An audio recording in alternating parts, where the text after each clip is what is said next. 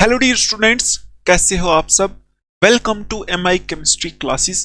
तो आज हम स्टार्ट करने वाले हैं हमारा नेक्स्ट चैप्टर जिसका नाम है D and F block elements.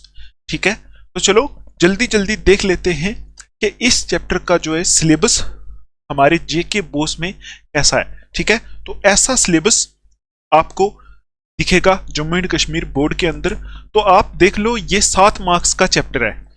ठीक है, 7 मार्क्स यहां से आप ले सकते हो अगर आप इस चैप्टर को ध्यान से पढ़ोगे। ठीक है, तो देखो कैसा कैसे कैसे कैसे टॉपिक्स हैं यहाँ। पहले हमने देखना है जनरल इंट्रोडक्शन, फिर देखना है अक्रेंस, ठीक है, फिर देखना है इलेक्ट्रॉनिक कॉन्फ़िगरेशन, फिर देखना है कैरेक्टरिस्टिक्स ऑफ ट्रांजिशन मेटल्स। ठीक है, इसी तरह आगे देखना है जनरल ट्रेंड इन प्रॉपर्टीज, है ना।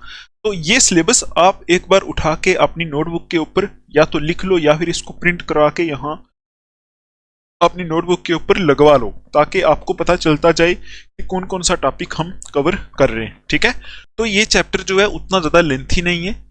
इसके लेक्चर आएंगे 5 होंगे या फिर 6 होंगे, 6 से ज़्यादा नहीं होंगे इसके लेक्चर। ठीक है, तो चलो इसके बाद हम देख लेते हैं कि आज के इस लेक्चर में हम कौन कौन सी चीज़ें स्टडी करने वाले हैं। आज का लेक्चर जो है बेसिक ही होगा। ये वाली चीज़ें हैं जो आज हम इस लेक्चर के अंदर कवर करने वाले हैं। ठीक है, देखो टॉपिक्स टू कवर हम आज देखने वाले हैं जनरल इंट्रोडक्शन। ठीक है, जनरल इंट्रोडक्शन देखेंगे, D block F block element होते क्या हैं वो देखेंगे। उसके बाद हम देखेंगे इलेक्ट्रॉनिक कॉन्फ़िगरेशन उनकी, ठीक, फिर देखेंगे अक्रेंस ऑफ ट्रांजिशन मेटल्स, उनकी अक्रेंस देखेंगे, और फिर जनरल कैरेक्टरिस्टिक्स देखेंगे और छोटी मोटी चीजें देखने वाले हैं। तो ये लेक्चर जो है जनरल लेक्चर ही होगा। ठीक है, तो यहां से इस लेक्चर के अंदर से ही आपको एग्जाम में हो सकता है 2-3 मार्क्स का आ जाए, क्योंकि इलेक्ट्रॉनिक कॉन्फ़िगरेशन हर साल एग्जाम में पूछी जाती है। वो हो सकता है आपको आ जाए इसी लेक्चर के अंदर से। तो आप इस लेक्चर को ध्यान से देखो, और अगर आपको ये लेक्चर अच्छा लगे, आपको कुछ समझ में आए, यहाँ वीडियो के नीचे आप कमेंट कर सकते हो ताकि मुझे पता चले आपको समझ में आ रहा है कि नहीं आ रहा। ठीक है, या फिर आप लाइक कर दो तो फिर मेरे लिए थोड़ी मोटिवेशन भी हो जाती है। ठीक, अच्छा चलो अभी आप अपनी नोटबुक निकालो, अपना पेन निकालो, टॉपिक्स लिख दो कि आज के टॉपिक्स क्या क्या हैं। पहले हम चलेंगे देखेंगे जनरल इंट्रोडक्शन। ठीक है, इसको साफ करते हैं, चलते हैं जनरल इंट्रोडक्शन के ऊपर। चलो स्टार्ट करते हैं जनरल इंट्रोडक्शन। देखेंगे यहाँ के डी ब्लॉक और एफ ब्लॉक एलिमेंट्स क्या होते हैं। ठीक है, कहाँ होते हैं, पीरियोडिक टेबल में कहाँ प्रेजेंट होते हैं। ठीक है, ये छोटी मोटी चीजें देखेंगे। आप पहले देखो ये पीरियोडिक टेबल, ये पीरियोडिक टेबल है। आई होप आपको ये दिख रहा होगा, थोड़ा सा बड़ा कर लेते हैं इसको। ठीक है, बड़ा, अब देखो दिख रहा है आपको भी। तो आपने ये पीरियोडिक टेबल तो देखा ही होगा, मतलब ऐसा टेबल तो देखा ही होगा जिसको पीरियोडिक टेबल बोलते हैं। 11th क्लास में आपने पढ़ा होगा पीरियोडिसिटी वाला चैप्टर। ठीक है ना, 3rd चैप्टर होता है आई थिंक 11th क्लास में। तो वहां आपको ये पता होगा, आपने पढ़ा होगा कि एस ब्लॉक एलिमेंट्स होते हैं, पी ब्लॉक एलिमेंट्स होते हैं, ठीक है, डी ब्लॉक एलिमेंट्स होते हैं और एफ ब्लॉक एलिमेंट्स होते हैं। इस पीरियोडिक टेबल के अंदर 4 किस्म के एलिमेंट्स यहाँ प्रेजेंट होते हैं। ठीक, 11th क्लास में आपने पढ़ा था पिछले साल कि एस ब्लॉक एलिमेंट्स जो हैं वो फर्स्ट 2 जो ग्रुप में पीरियोडिक टेबल के उसमें होते हैं। पी ब्लॉक जो होते हैं वो ग्रुप नंबर जो हमारा होता है 13, 14, 15, 16, 17, 18, है ना, इनमें पी ब्लॉक एलिमेंट्स होते हैं। ये भी कुछ ना कुछ 11th क्लास में पढ़े थे आपने।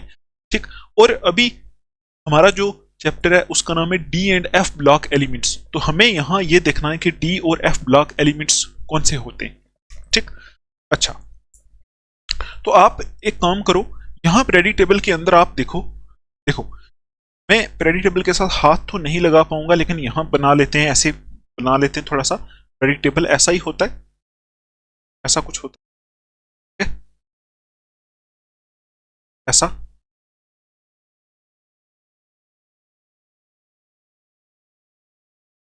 ऐसा होता है पीरियोडिक टेबल। ठीक, तो यहाँ आप देखो ये जो पार्ट है, ये वाला पार्ट, ये बहुत सारे यहाँ ग्रुप होते हैं। ठीक है, इन ग्रुप्स के अंदर रखे हुए हैं जो एलिमेंट्स उनको बोलते हैं पी ब्लॉक। ठीक है, इनको बोलते हैं पी ब्लॉक। और यहां फर्स्ट और सेकंड जो ग्रुप होता है ऐसे करके ऊंचा सा होता है, ऐसे ऐसे करके होता है, इनमें जो रखे होते हैं उनको बोलते हैं एस ब्लॉक। ठीक है, एस ब्लॉक एलिमेंट्स। और यहां बीच में जो एस और पी ब्लॉक के सेंटर में जो एलिमेंट्स हैं, देखो ये वाले, ये कहां से कहां होते हैं, ये देखो, ये फर्स्ट ग्रुप होता है, ये सेकंड ग्रुप होता है, थर्ड ग्रुप से लेके, ठीक है, थर्ड ग्रुप से लेके ग्रुप नंबर 12 तक यहां जो आता है, यहां ग्रुप नंबर 12 आता है, फिर यहां से 13, 14, 15, 16, 17 और 18 यहां आता है। ठीक, तो यहां ग्रुप नंबर थर्ड से लेके ग्रुप नंबर 12 तक, थर्ड टू 12 ग्रुप तक, देखो आपको पता है ना ग्रुप किसको बोलते हैं, ग्रुप बोलते हैं ना जो ऐसे ऐसे अगर हम मेजर करें इसको, देखें ऊपर से नीचे, इनको बोलते हैं ग्रुप्स। तो पीरियडिक टेबल में टोटल 18 ग्रुप्स होते हैं, 18 ग्रुप्स होते हैं, और अगर यहां से यहां मेजर करें तो इनको पीरियड्स बोलते हैं, तो 7 पीरियड्स होते हैं। ठीक, तो यहां 3 to 12 ग्रुप तक जो एलिमेंट्स होते हैं, 3 to 12, इनको बोलते हैं डी ब्लॉक, तो ब्लॉक एलिमेंट्स बोलते हैं, ये आपको पता है, से ऐसे करके जो ये वाला पार्ट होता है, ये होते हैं डी ब्लॉक। ठीक है, आपको यहां इस चैप्टर के अंदर डी ब्लॉक के बारे में सारी इंफॉर्मेशन देखनी है, और उसके बाद कुछ एलिमेंट्स है जो आप देखो पीरियडिक टेबल में, जो आपको पीरियडिक टेबल दिख रहा है इसमें नीचे रखे हुए हैं, नीचे ऐसे करके ग्रुप बनाया हुआ है, दो ऐसे, मतलब 2 पीरियड से नीचे, ठीक है ना। तो ये जो पीरियड्स होते हैं ना, ये इनको बोलते हैं F block elements, F block elements, ठीक है, तो बोलते हैं एफ ब्लॉक एलिमेंट्स। तो ये एफ ब्लॉक एलिमेंट्स, ये जो पीरियडिक टेबल के नीचे रखे हुए ये वाले और ये वाले जो बीच में होते हैं, इन दोनों के बारे में आपको स्टडी करना है इस चैप्टर के अंदर। ठीक है, अच्छा, अब देखो आपको मैं रिवाइज कराता हूं कि जब हमने 11th क्लास में देखा था S block, P block, D block किस बेस पे नाम रखा जाता है, तो वो चीज ये होती है कि अगर कोई ऐसा एलिमेंट है जिसका जो लास्ट इलेक्ट्रॉन है, लास्ट इलेक्ट्रॉन अगर एस ऑर्बिटल में जाता है, एस सब शेल में जाता है, उसको बोलते हैं S block element.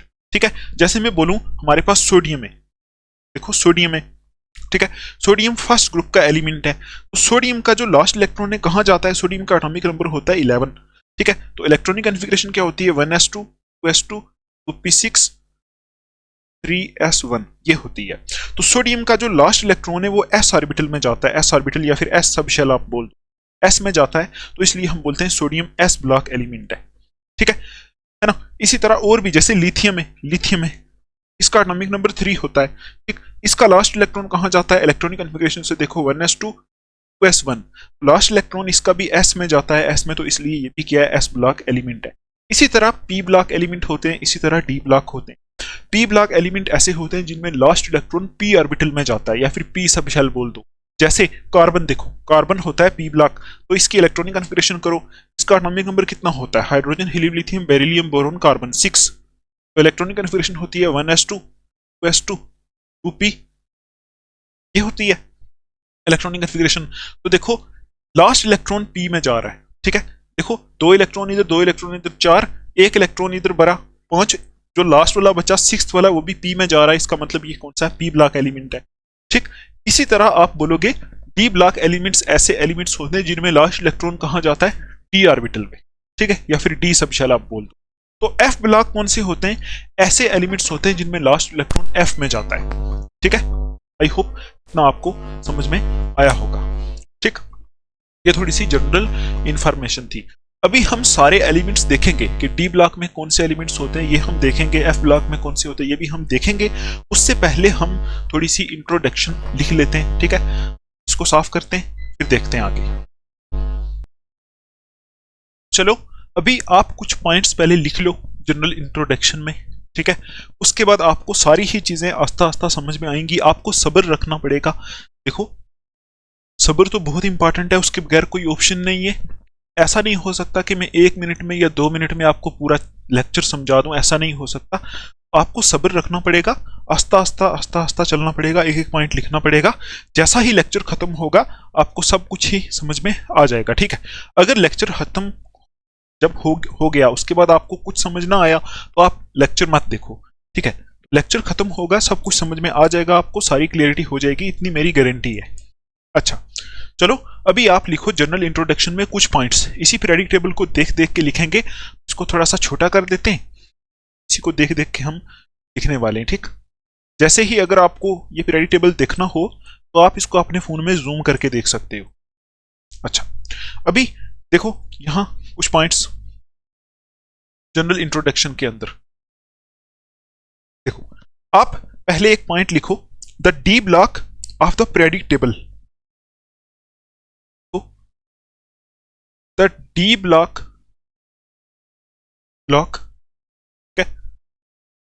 of the periodic table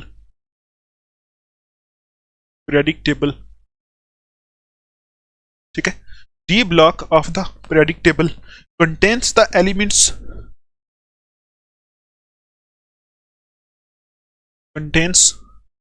ठीक है, contains the elements मतलब जो D ब्लॉक होता है पीरियोडिक टेबल का उसमें एलिमेंट्स होते हैं,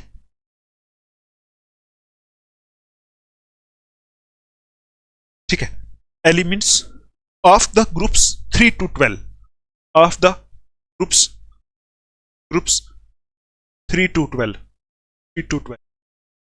ठीक। अगर आपको लेक्चर थोड़ा सा स्लो लगे तो आप इसकी स्पीड इंक्रीज कर सकते हो, ठीक। तो देखो यहां मैंने लिखा है कि D block of the periodic table, मतलब जो पीरियोडिक टेबल का डी ब्लॉक होता है, देखो पीरियोडिक टेबल आपको दिख रहा है, उसमें जो सेंटर वाले एलिमेंट्स हैं, ठीक, 3 ग्रुप से लेके ग्रुप नंबर 3 से लेके ग्रुप नंबर 12 तक, इनको बोलते हैं डी ब्लॉक। तो यहां लिखा है d block of the periodic table contains the elements of the groups 3 to 12।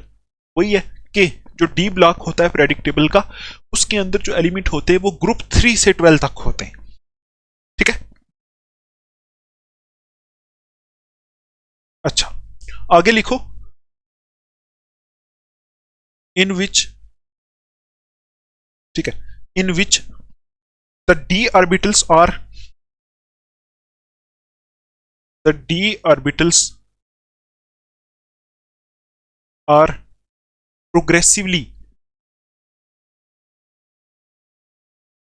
progressively filled. D orbitals are progressively filled in each of the 4 long periods. Each of the 4 long periods. देखो, आप अगर इस periodic table को सही से देखो तो आपको लग रहा है कि 3 ग्रुप से लेके 12 ग्रुप तक जो है वो सारे ही ग्रुप कौन से हैं, डी ब्लॉक एलिमेंट्स हैं, ठीक। क्यों इनको डी ब्लॉक बोला गया है, क्योंकि इनमें लास्ट इलेक्ट्रॉन जो होता है वो डी ऑर्बिटल में जाता है या फिर बोले डी सब शेल में जाता है। तो अभी आप अगर चेक करो कि इसके कितने पीरियड्स हैं, डी ब्लॉक एलिमेंट्स के कितने पीरियड्स हैं, तो आप देखो यहां आपको 4 पीरियड्स दिख रहे हैं, ठीक है, कि टोटल पीरियोडिक टेबल में कितने पीरियड्स होते हैं 7 पीरियड होते हैं, 7। तो आपको डी ब्लॉक के यहां कितने पीरियड दिखेंगे, देखो ग्रुप नंबर 3 में देखो, ग्रुप नंबर 3 आपको दिख रहा है, उसमें आप देखो ऊपर लिखा हुआ है ना ग्रुप नंबर 3, नीचे यहां देखो first, second, third, periodic table का यहां से थर्ड ग्रुप देखो, ग्रुप नंबर 3, उसमें देखो ऊपर है एससी एलिमेंट है, सेकेंडियम इसको बोलते हैं, उसी के नीचे देखो येट्रियम, उसी के नीचे देखो लेंथनम, उसी के नीचे देखो एक्टिनियम, है ना। तो ये 4 एलिमेंट आपको ऐसे दिख रहे हैं। तो फर्स्ट एलिमेंट जो होता है वो फर्स्ट पीरियड बनाता है। फर्स्ट एलिमेंट से अगर हम आगे वाली साइड चलें तो देखो सेकेंडियम, टाइटेनियम, वेनेडियम, क्रोमियम ऐसे करके एक पीरियड है, उसी के नीचे जो येट्रियम वाला उसका दूसरा पीरियड है, उसी के नीचे जो है उसका तीसरा पीरियड है, और उसी के नीचे क्या है, चौथा पीरियड है। तो 4 पीरियड्स होते हैं डी ब्लॉक एलिमेंट्स के। तो यहां वही लिखा है कि डी ब्लॉक एलिमेंट जो होते हैं, ठीक है, उनमें 3 ग्रुप से 12 ग्रुप तक एलिमेंट होते हैं, मतलब जो 3 ग्रुप से 12 ग्रुप तक जो एलिमेंट होते हैं उनको डी ब्लॉक बोलते हैं। In which D orbitals are progressively filled in each of the 4 long period, मतलब हर 4 लॉन्ग पीरियड है जो डी ब्लॉक के 4 लॉन्ग पीरियड्स है ना, 4 बड़े बड़े पीरियड्स हैं, ठीक है, आपको बता दिया 1 2 3 4 पीरियड्स हैं। उनमें क्या हो रहे हैं, हर किसी में डी ऑर्बिटल फील्ड हो रहे हैं प्रोग्रेसिवली का मतलब होता है स्टेडी का मतलब होता है one after the other, continuously. तो क्या हो रहा है, 4 लॉन्ग पीरियड जो डी ऑर्बिटल के, उनमें क्या है, 4 लॉन्ग पीरियड्स में ही कौन से ऑर्बिटल फिल हो रहे हैं, डी ऑर्बिटल फिल हो रहे हैं। इसीलिए बोला गया है कि अगर हम ग्रुप वाइज देखें तो ग्रुप नंबर 3 से ग्रुप नंबर 12 तक कौन से ऑर्बिटल है, डी ऑर्बिटल। और अगर हम पीरियड वाइज देखें तो 4 पीरियड्स हैं किसके, डी ऑर्बिटल्स के। ठीक है, आपको दिख रहा होगा पीरियोडिक टेबल के अंदर कि 4 पीरियड्स हैं डी ऑर्बिटल्स के। ठीक, आई होप आपको ये समझ में आया होगा। प्रोग्रेसिवली का मतलब होता है स्टेडी। स्टेडी का मतलब आपने सुना है slow and steady win the race, wins the race. Slow हो गया आस्था, स्टेडी का मतलब होता है लगातार।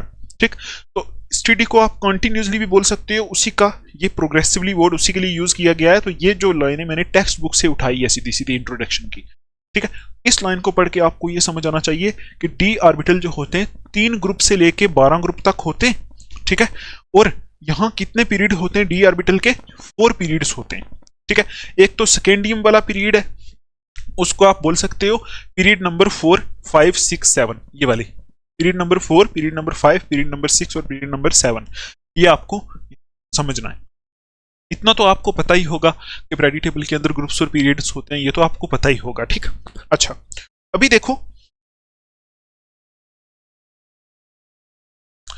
दूसरा पॉइंट लिखो। ये तो इंफॉर्मेशन थी डी ब्लॉक एलिमेंट्स के बारे में। अभी हम देखते हैं कि F block consists of the F block consists of elements.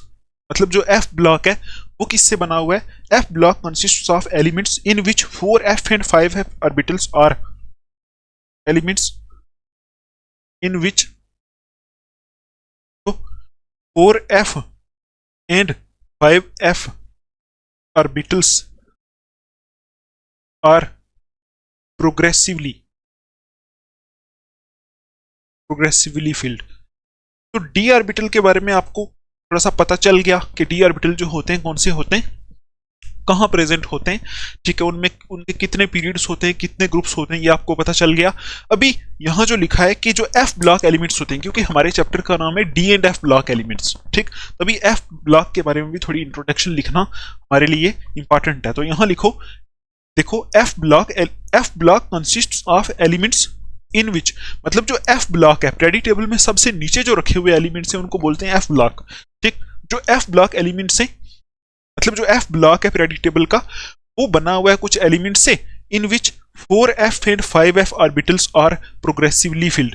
F block में कौन कौन से ऑर्बिटल फिल्ड हो रहे हैं, मतलब 4f और 5f ऑर्बिटल्स जो होते हैं वो फिल्ड होते रहते हैं एफ ब्लॉक में। ठीक है, तभी 4f ऑर्बिटल फिल होते रहते हैं जो एफ ब्लॉक का फर्स्ट वाला पीरियड है। फर्स्ट वाला पीरियड नीचे देखो, जो एफ ब्लॉक एलिमेंट रखे हैं उसमें जो फर्स्ट वाला पीरियड है उसमें 4f वाले ऑर्बिटल फिल होते रहते हैं, और उसके जो नीचे वाला है उसमें 5f वाले ऑर्बिटल फिल होते रहते हैं, मतलब लास्ट इलेक्ट्रॉन f में जाता रहता है, तभी इनको एफ ब्लॉक बोला गया है।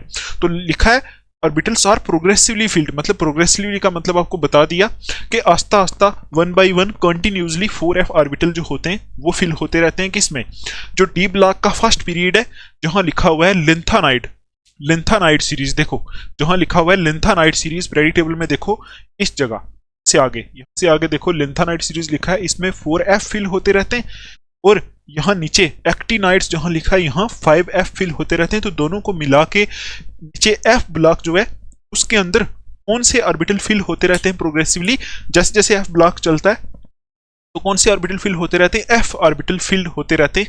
जिस तरह डी में डी ऑर्बिटल फिल होते मतलब लास्ट इलेक्ट्रॉन डी में जाता है, इसी तरह एफ ब्लॉक में लास्ट इलेक्ट्रॉन एफ में जाता है, इसीलिए इनको एफ ब्लॉक बोला गया है। तो आई होप आपको इतना समझ में आया होगा। पहला जो पॉइंट है इसके अकॉर्डिंग क्या है कि डी ब्लॉक एलिमेंट में क्या है, 3 ग्रुप से 12 ग्रुप तक जो होते हैं ग्रुप्स होते हैं, और 4 बड़े बड़े पीरियड्स होते हैं इसमें डी ब्लॉक में। और डी ब्लॉक इनको क्यों बोला जाता है, क्योंकि लास्ट इलेक्ट्रॉन इनका इलेक्ट्रॉनिक कॉन्फ़िगरेशन के दौरान last electron D sub shell में जाता है या फिर डी ऑर्बिटल में जाता है। और एफ ब्लॉक जो है, एफ ब्लॉक पीरियोडिक टेबल का नीचे जो एलिमेंट रखे हुए हैं उनको बोलते हैं, वहां जो एलिमेंट्स रखे हुए हैं उनका लास्ट इलेक्ट्रॉन एफ ऑर्बिटल में जाता है, इसलिए उनको एफ बोलते हैं। ठीक, और जो फर्स्ट वाला जो पीरियड है एफ ब्लॉक का, जिसको लिखा है लेंथानाइड सीरीज, तो वहां 4f ऑर्बिटल फिल होता रहता है और उसके नीचे वाले में 5f ऑर्बिटल फिल होता रहता है। जैसे जैसे 1 2 3 4 नंबर आगे चले जाते हैं ना, जैसे जैसे एटॉमिक नंबर बढ़ता जाता है इसी तरह 4f और 5f फिल होता रहता है। वो चीजें हम आगे एफ ब्लॉक में देखेंगे। ये सिर्फ एक इंपॉर्टेंट इंफॉर्मेशन थी थोड़ी सी। आगे एफ ब्लॉक हम अलग से पढ़ेंगे, पहले हम डी ब्लॉक पढ़ेंगे। एफ ब्लॉक में आपको ये सब कुछ समझ में आएगा। अभी देखो ये point, the name transition metals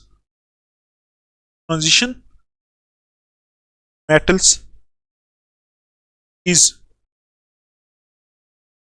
the name transition metals is used to refer d block elements, ठीक है।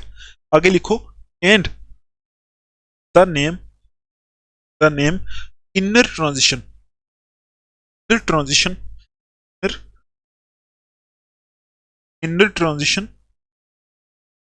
metals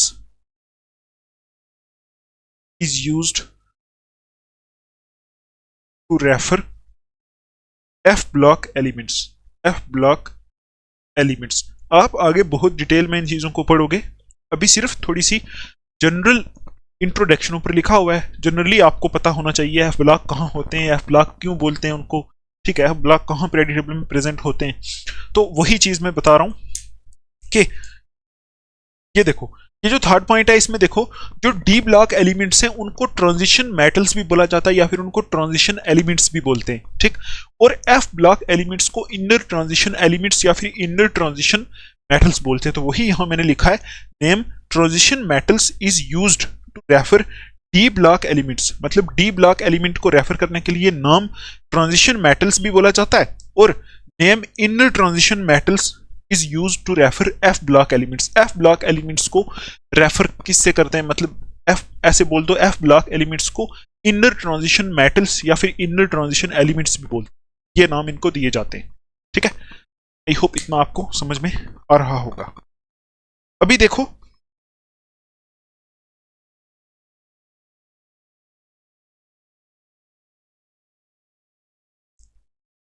लिखो, देयर आर mainly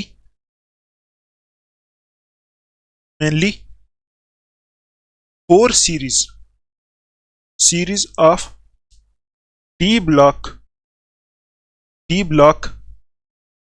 एलिमेंट्स, ठीक। तो डी ब्लॉक एलिमेंट के टोटल 4 सीरीज होते हैं, ठीक। आपको दिख रहा है ना, प्रेडी टेबल में, प्रेडी टेबल सामने रखा हुआ है। आप अगर देखो तो सीरीज किस बेस पे बोल रहे हैं, सीरीज बोल रहे हैं पीरियड्स के बेस पे। तो देखो डी ब्लॉक के 4 पीरियड्स होते हैं ना, पीरियड नंबर देखो, पीरियड नंबर 4, 5, 6, 7 है ना, ये 4 पीरियड्स होते हैं डी ब्लॉक के। तो हम ऐसा बोलते हैं कि डी ब्लॉक के 4 सीरीज होते हैं, ठीक। तो यहां लिखा, there are mainly 4 series of D block elements, 4 series होते हैं डी ब्लॉक एलिमेंट्स के, ठीक है। आप आगे लिखोगे, एक होता है 3D सीरीज, ठीक है, जहां एलिमेंट कहां से कहां होते हैं, स्कैंडियम टू जिंक, ये होता है 3D सीरीज, ठीक है। 3D सीरीज होता है जिसमें स्कैंडियम टू जिंक होते हैं। एक होता है 4D सीरीज जिसमें एलिमेंट्स होते हैं येट्रियम टू कैडमियम, ठीक, येट्रियम टू कैडमियम। और एक होता है 5D सीरीज होता है जिसमें एलिमेंट्स होते हैं, देखो 4 सीरीज होते हैं, पीरियड्स के बेस पे बोला गया है कि डी ब्लॉक के क्या होते हैं, 4 सीरीज।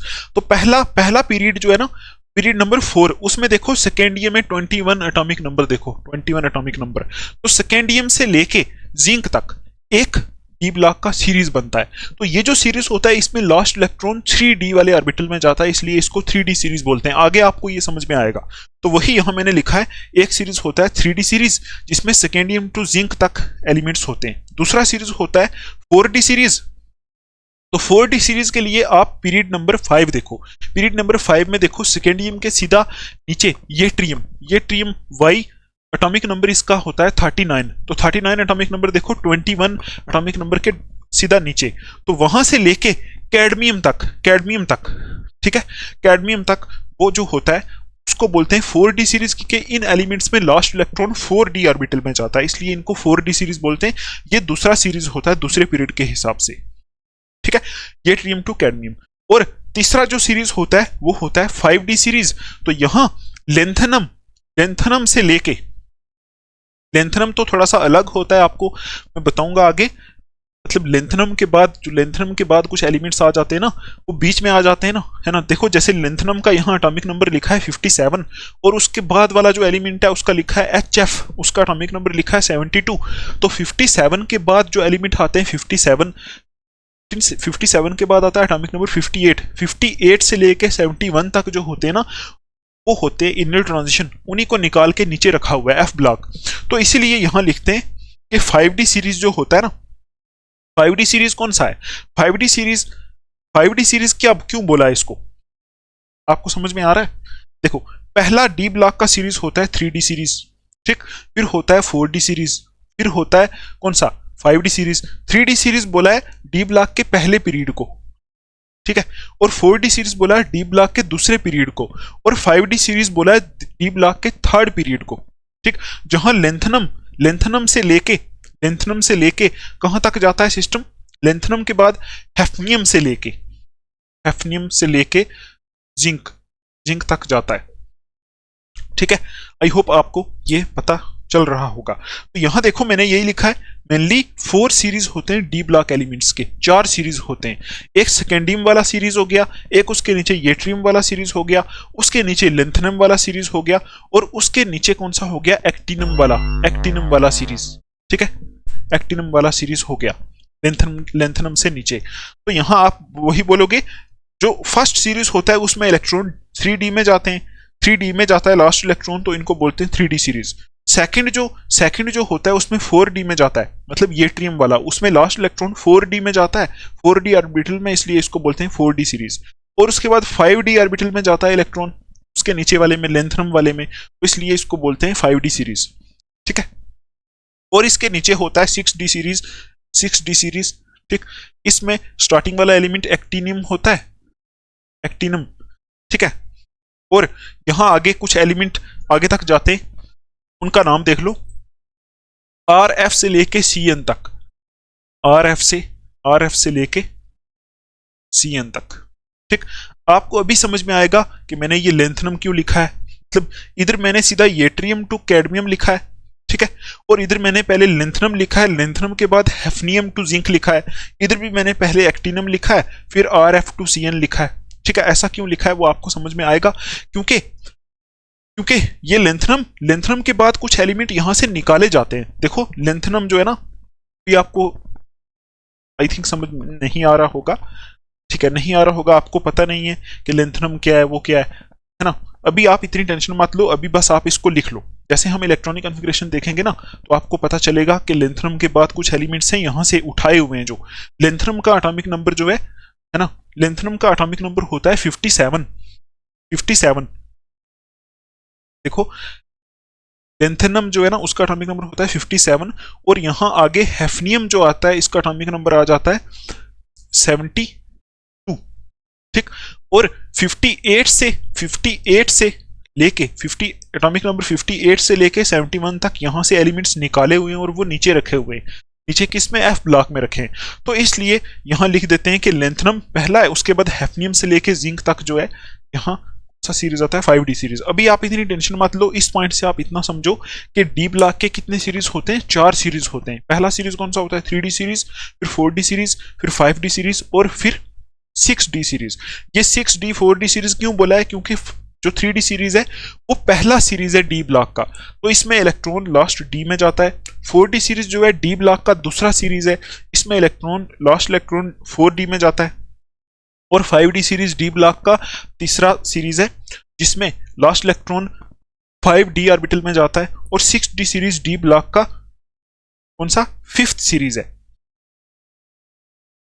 5th नहीं, 4th, 1 2 3 4 सीरीज है ना, टोटल 4 सीरीज। तो 6d सीरीज जो है डी ब्लॉक का 4th सीरीज है, जिसमें लास्ट इलेक्ट्रॉन 6d में जाता है। आपको ये चीजें आगे आगे समझ में आती जाएंगी, ठीक। अच्छा, आई होप इतना आपको समझ में आया होगा कि डी ब्लॉक एलिमेंट्स क्या होते हैं, बताओ जल्दी। डी ब्लॉक एलिमेंट क्या होते हैं? डी ब्लॉक एलिमेंट ऐसे एलिमेंट होते हैं जिनमें लास्ट इलेक्ट्रॉन कहाँ जाता है?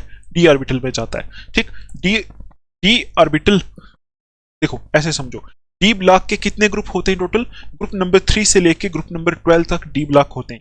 डी ब्लॉक के कितने पीरियड्स होते हैं? 4 पीरियड्स होते हैं। उन्हीं 4 पीरियड्स के हिसाब से डी ब्लॉक को ऐसे भी बोल सकते हैं कि डी ब्लॉक के 4 सीरीज होते हैं। पहला सीरीज होता है 3D सीरीज, दूसरा होता है 4D सीरीज, तीसरा होता है 5D सीरीज, और फोर्थ वाला जो होता है सीरीज उसको बोलते हैं 6D सीरीज। ठीक, और उसके बाद एफ ब्लॉक के बारे में भी आपको थोड़ा पता चला। एफ ब्लॉक जो है वो नीचे रखे हुए हैं, और वो निकले कहाँ से? यहाँ से डी ब्लॉक से ही निकले, आपको आगे समझ में आएगा। ठीक, और डी ब्लॉक को ट्रांजिशन मेटल बोलते हैं या फिर ट्रांजिशन एलिमेंट्स बोलते हैं, और एफ ब्लॉक को इनर ट्रांजिशन एलिमेंट्स बोलते हैं। एफ ब्लॉक की स्टडी हम अलग से करेंगे, यहाँ सिर्फ हम अभी डी ब्लॉक की स्टडी कर रहे हैं। ठीक, अच्छा, ये सिर्फ जनरल इंट्रोडक्शन थी तो आपको बतानी थी। अभी इसको साफ करते हैं, फिर आगे चलते हैं।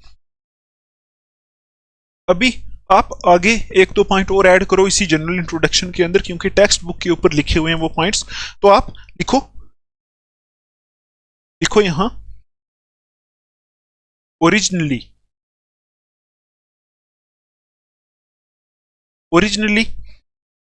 The name transition metals was derived.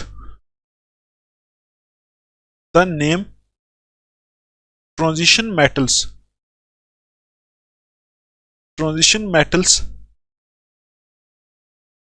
ठीक है, was derived, name transition metals was derived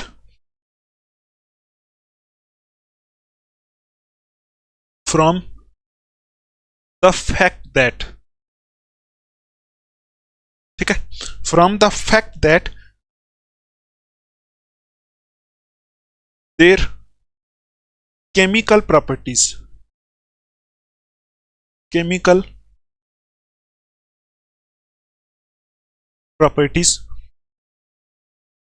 were transitional between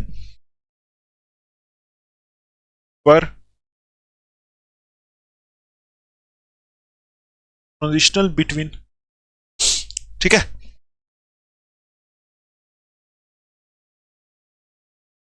those of S and P block elements. ये पॉइंट आप समझो। देखो, आपके दिमाग में ये क्वेश्चन तो आया ही होगा कि डी ब्लॉक एलिमेंट को ट्रांजिशनल एलिमेंट या फिर ट्रांजिशन मेटल्स क्यों बोलते हैं? ट्रांजिशन एलिमेंट्स या फिर ट्रांजिशन मेटल्स क्यों बोलते हैं? ठीक, ये आपको दिमाग में आया होगा। ठीक, तो अभी उसी का आंसर है, ये टेक्स्ट बुक के ऊपर लिखा है। आप पहले ये समझो ट्रांजिशन वर्ड का मतलब क्या होता है। ट्रांजिशन वर्ड है ना, ट्रांजिशन वर्ड का मतलब होता है शिफ्ट या फिर चेंज, ठीक है, change from one stage to, देखो फ्रॉम लिखना है आपको, फ्रॉम वन स्टेज एनदर। ठीक, ये होता है ट्रांजिशन का मतलब, ये ट्रांजिशन का डिक्शनरी मतलब है। ठीक, ट्रांजिशन का डिक्शनरी मतलब है ये। तो देखो, ट्रांजिशन का मतलब होता है shift from one stage to another, मतलब एक चीज से दूसरी जगह शिफ्ट हो जाना, उसको बोलते हैं ट्रांजिशन। या फिर change from one stage to another, मतलब जब एक जगह से दूसरी जगह जाएं, चीज का चेंज हो जाना। ठीक है, किसी चीज का चेंज हो जाना, उसको भी क्या बोलते हैं? ट्रांजिशन, शिफ्ट या फिर चेंज। ठीक है, अभी देखो कि स्टार्टिंग में ट्रांजिशन एलिमेंट्स क्यों बोला था? डी ब्लॉक एलिमेंट्स को ट्रांजिशन एलिमेंट्स क्यों बोला था? तो यहां देखो लिखा हुआ है ओरिजिनली, मतलब पहले जब ये डी ब्लॉक हुए थे डिस्कवर, इनको ट्रांजिशन मेटल्स क्यों बोला गया था? देखो, the name transition metals was derived from the fact that, transition metals इसलिए बोला गया था, there chemical properties were transitional between those of S and P block elements. पहले इनको ट्रांजिशन मेटल्स इसलिए बोला गया था क्योंकि इनकी जो केमिकल प्रॉपर्टीज थी वो ट्रांजिशनल थी एस और पी के बीच, बिटवीन, देखो एस और पी के बीच में ट्रांजिशनल थी। क्या मतलब हो गया इस चीज का? That there chemical properties were transitional between those of S and P block elements, इनकी जो केमिकल प्रॉपर्टीज थी वो ट्रांजिशनल थी एस और पी ब्लॉक एलिमेंट्स के बीच में। आप अगर सही से देखो पीरियोडिक टेबल में तो आपको दिख रहा होगा एक तरफ एस ब्लॉक एलिमेंट रखे हुए, दूसरी तरफ पी ब्लॉक एलिमेंट रखे हुए, ठीक, और सेंटर में डी ब्लॉक एलिमेंट रखे हुए, ठीक है। तो आप ये देखो, अगर हम क्या करें, देखो ऐसे देखो, यहां एस ब्लॉक है, यहां पी ब्लॉक है और यहां डी ब्लॉक है, ठीक। तो अगर हम यहां एस से डी की तरफ शिफ्ट करें तो आपको पता है एस से डी की तरफ शिफ्ट करें तो डी की प्रॉपर्टीज क्या है, चेंज है। डी की प्रॉपर्टीज बिल्कुल चेंज है। केमिकल प्रॉपर्टीज डी, देखो ना, डी ब्लॉक एलिमेंट की प्रॉपर्टीज अलग होती हैं, एस की अलग होती हैं, पी की अलग होती हैं, तभी तो इनको अलग अलग ब्लॉक में रखा है। तो अगर हम एस से डी की तरफ जाएं तो इन डी की प्रॉपर्टीज चेंज हो रही हैं, ठीक। अगर हम पी से डी की तरफ जाएं तो इनकी प्रॉपर्टीज क्या हो रही हैं, चेंज हो रही हैं। देखो पी की प्रॉपर्टीज अपनी है और डी की प्रॉपर्टीज अपनी है, प्रॉपर्टीज चेंज हो रही हैं। तो वही इसी वजह से डी ब्लॉक को ट्रांजिशन मेटल बोला गया है, क्योंकि ट्रांजिशन का मतलब ही होता है shift from one stage to another. मतलब अगर पी ब्लॉक की प्रॉपर्टीज कुछ और हैं, एस ब्लॉक की कुछ और हैं, तो इधर से अगर हम डी की तरफ जाएंगे तो डी की कुछ और होंगी। मतलब यहां से यहां शिफ्ट करने पे, पी से डी की तरफ शिफ्ट करने पे, या फिर एस से पी की तरफ शिफ्ट, देखो पी से डी की तरफ शिफ्ट करने पे या फिर एस से डी की तरफ शिफ्ट करने पे डी की प्रॉपर्टीज क्या है, चेंज है। तो इसीलिए डी ब्लॉक को बोला गया था ट्रांजिशन मेटल्स, पहले बोला गया था। देखो बाद में कुछ और डेफिनेशन आई थी जो IUPAC ने दी थी, वो अभी हम देखेंगे। आई होप आपको ये समझ में आया होगा। देखो इस लाइन को आप पढ़ो कि ओरिजिनली ट्रांजिशन मेटल इनको इसलिए बोला गया था that due to the fact that their chemical properties were transitional between those of S and P block element। इनकी जो केमिकल प्रॉपर्टीज थी वो S और P ब्लॉक के बीच में ट्रांजिशनल थी। S और P ब्लॉक के बीच में क्या थी, ट्रांजिशनल थी। ट्रांजिशनल का मतलब क्या हो गया, चेंज हो रही थी, ठीक। देखो ट्रांजिशनल का मतलब समझो, ट्रांजिशन का मतलब होता है shift from one stage to another, या फिर change from one stage to another. मतलब एक जगह से दूसरी जगह जाने पे अगर कोई चीज चेंज हो रही है तो उसको बोलते हैं ट्रांजिशन। या फिर एक जगह से दूसरी जगह पे जाने के टाइम अगर कोई चीज शिफ्ट हो रही है या चेंज हो रही है उसको क्या बोलते हैं, ट्रांजिशन। तो देखो इनकी केमिकल प्रॉपर्टीज क्या थी, chemical properties were transitional between those of S and P block elements. S block element और पी ब्लॉक एलिमेंट के बीच में, एस ब्लॉक एलिमेंट और पी ब्लॉक एलिमेंट के बीच में इनकी प्रॉपर्टीज ट्रांजिशनल थी, मतलब चेंज थी, अलग थी, ठीक है। इसीलिए इनको क्या बोला गया था, ट्रांजिशन मेटल्स, ठीक है। पहले बोला गया था इनको।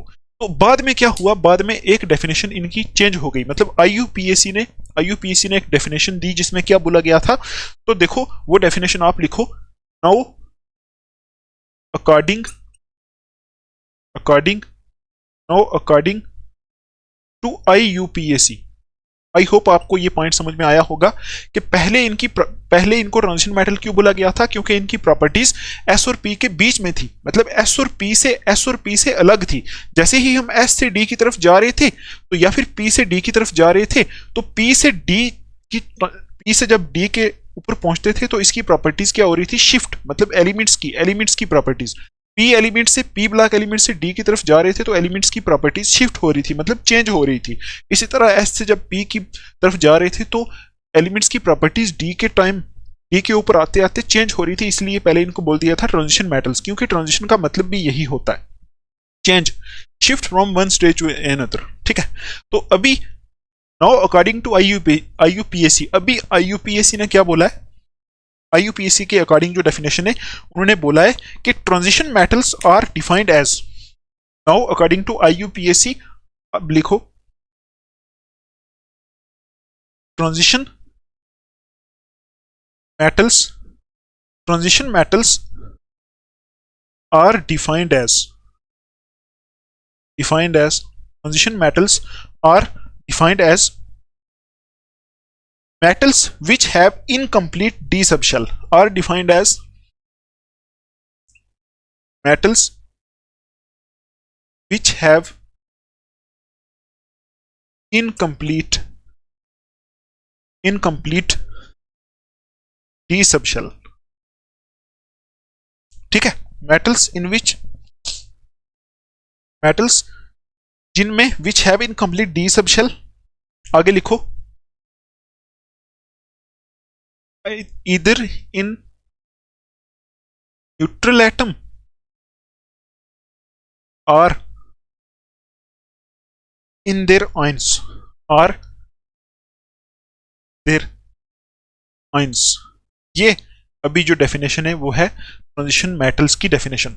आपको अगर कोई पूछ ले तो आप ये भी बोल सकते हो सीधा सीधा, ठीक।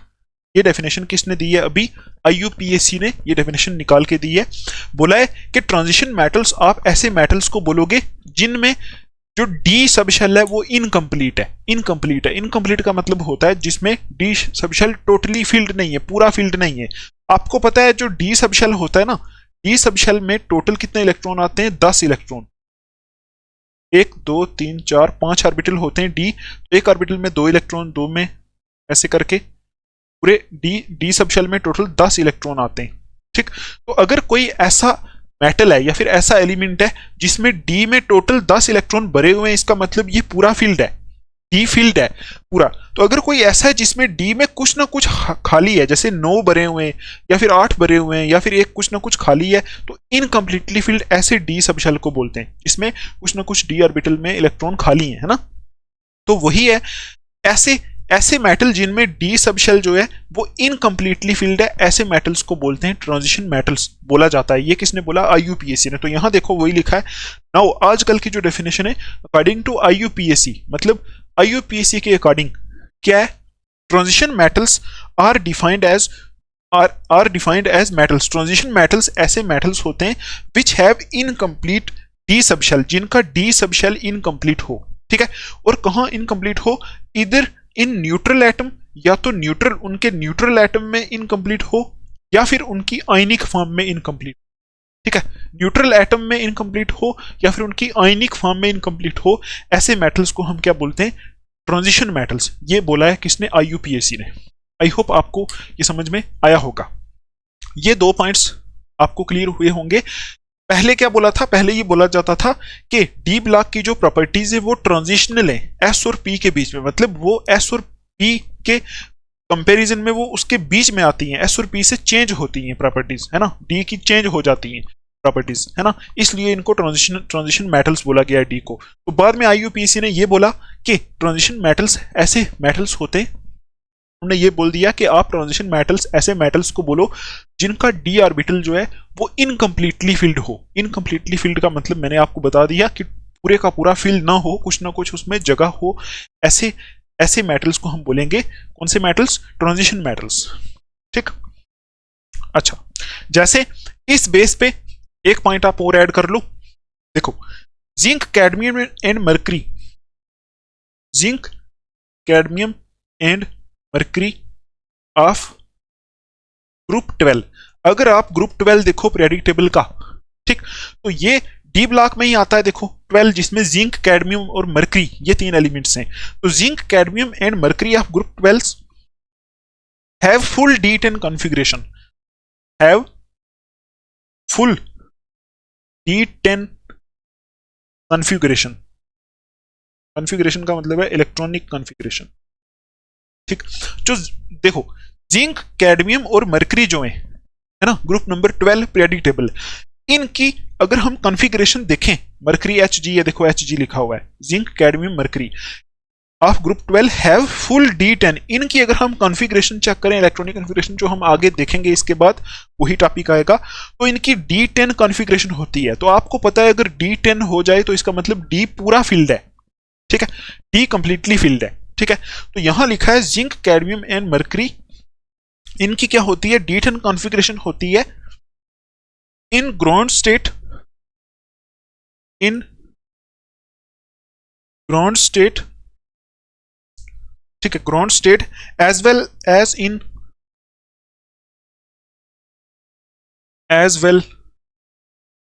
इन their common oxidation states, oxidation states, ठीक। आगे लिखो, and hence are not regarded as transition metals, ठीक, देखो आपको मैंने बताया अगर डी ऑर्बिटल जो है कंप्लीटली फिल्ड हो तो उसमें टोटल 10 इलेक्ट्रॉन होते हैं, 10 इलेक्ट्रॉन होते हैं। ठीक, तो ट्रांजिशन मेटल की डेफिनेशन जो दी थी, किसने दी थी? IUPAC ने। वो क्या बोला था कि ट्रांजिशन मेटल उनको बोलो जिनमें इनकम्प्लीटली फिल्ड डी ऑर्बिटल है। ठीक, तो अभी अगर हम चेक करें जिंक, कैडमियम और मरकरी ग्रुप 12 के जो एलिमेंट्स हैं उनकी अगर हम इलेक्ट्रॉनिक कॉन्फ़िगरेशन चेक करें तो उनमें कंप्लीटली फिल्ड डी ऑर्बिटल है, डी ऑर्बिटल कंप्लीटली फिल्ड है। ठीक है, और कैसे, कहां कहां कंप्लीटली फिल्ड है? D orbital completely filled in ground state और ground state as well as in their common oxidation states. ठीक है, ये जो एलिमेंट्स हैं जिंक, कैडमियम और मरकरी, इनकी चाहे आप ग्राउंड स्टेट देखो चाहे आप कॉमन ऑक्सीडेशन स्टेट देखो, ठीक, उन दोनों में ही इनकी जो कॉन्फ़िगरेशन है वो D10 कॉन्फ़िगरेशन है। तो इसलिए इनको ट्रांजिशन मेटल्स के साथ नहीं रखा जाता, मतलब इनको ये नहीं बोला जाता कि ये ट्रांजिशन मेटल्स हैं। ठीक है, रखा तो ट्रांजिशन मेटल के साथ ही जाता है, वो भी मैं आपको बताता हूं क्यों। तो आप अगर इस पॉइंट को पढ़ो आपको समझ में आना चाहिए कि जिंक, कैडमियम और मरकरी जो है ग्रुप 12 के, है ना, इनकी D10 कॉन्फ़िगरेशन है ग्राउंड स्टेट में as well as in their common oxidation state. इनकी कॉमन ऑक्सीडेशन स्टेट में या फिर इनकी ग्राउंड स्टेट में इनकी जो कॉन्फ़िगरेशन है वो D10 होती है ना। तो D10 का मतलब है डी कंप्लीटली फिल्ड है। तो अगर डी कंप्लीटली फिल्ड है तो वो तो ट्रांजिशन एलिमेंट है ही नहीं, क्योंकि ट्रांजिशन एलिमेंट कौन सा होता है? ट्रांजिशन एलिमेंट ऐसे एलिमेंट्स होते हैं जिनमें डी इनकम्प्लीटली फिल्ड हो, तो इनमें डी पूरा फिल्ड होता है, इसलिए इनको लिखा है, देखो, hence are not regarded as transition, इनको ट्रांजिशन मेटल्स नहीं बोलते। ठीक, लेकिन इनको देखो ये भी डी ब्लॉक एलिमेंट है, इनको डी ब्लॉक के साथ रखा जाता है, साथ में स्टडी किया जाता है, लेकिन इनको ट्रांजिशन मेटल्स बोलते नहीं है, इनको ट्रांजिशन एलिमेंट्स बोलते नहीं है। लेकिन बाकी जितने भी डी ब्लॉक में एलिमेंट्स हैं सबको ट्रांजिशन मेटल्स बोलते हैं, क्योंकि सब में क्या है, डी ऑर्बिटल जो होते हैं वो इनकम्प्लीटली फिल्ड होते हैं। वो आपको आगे, इसके आगे वाले टॉपिक जो है इलेक्ट्रॉनिक कॉन्फ़िगरेशन, वहां सब कुछ समझ में आएगा। अभी ये सिर्फ जनरल इंट्रोडक्शन है, जनरली आपको थोड़ा थोड़ा बताना है। ठीक है, अच्छा, अभी एक पॉइंट आप और ऐड करो तो बस।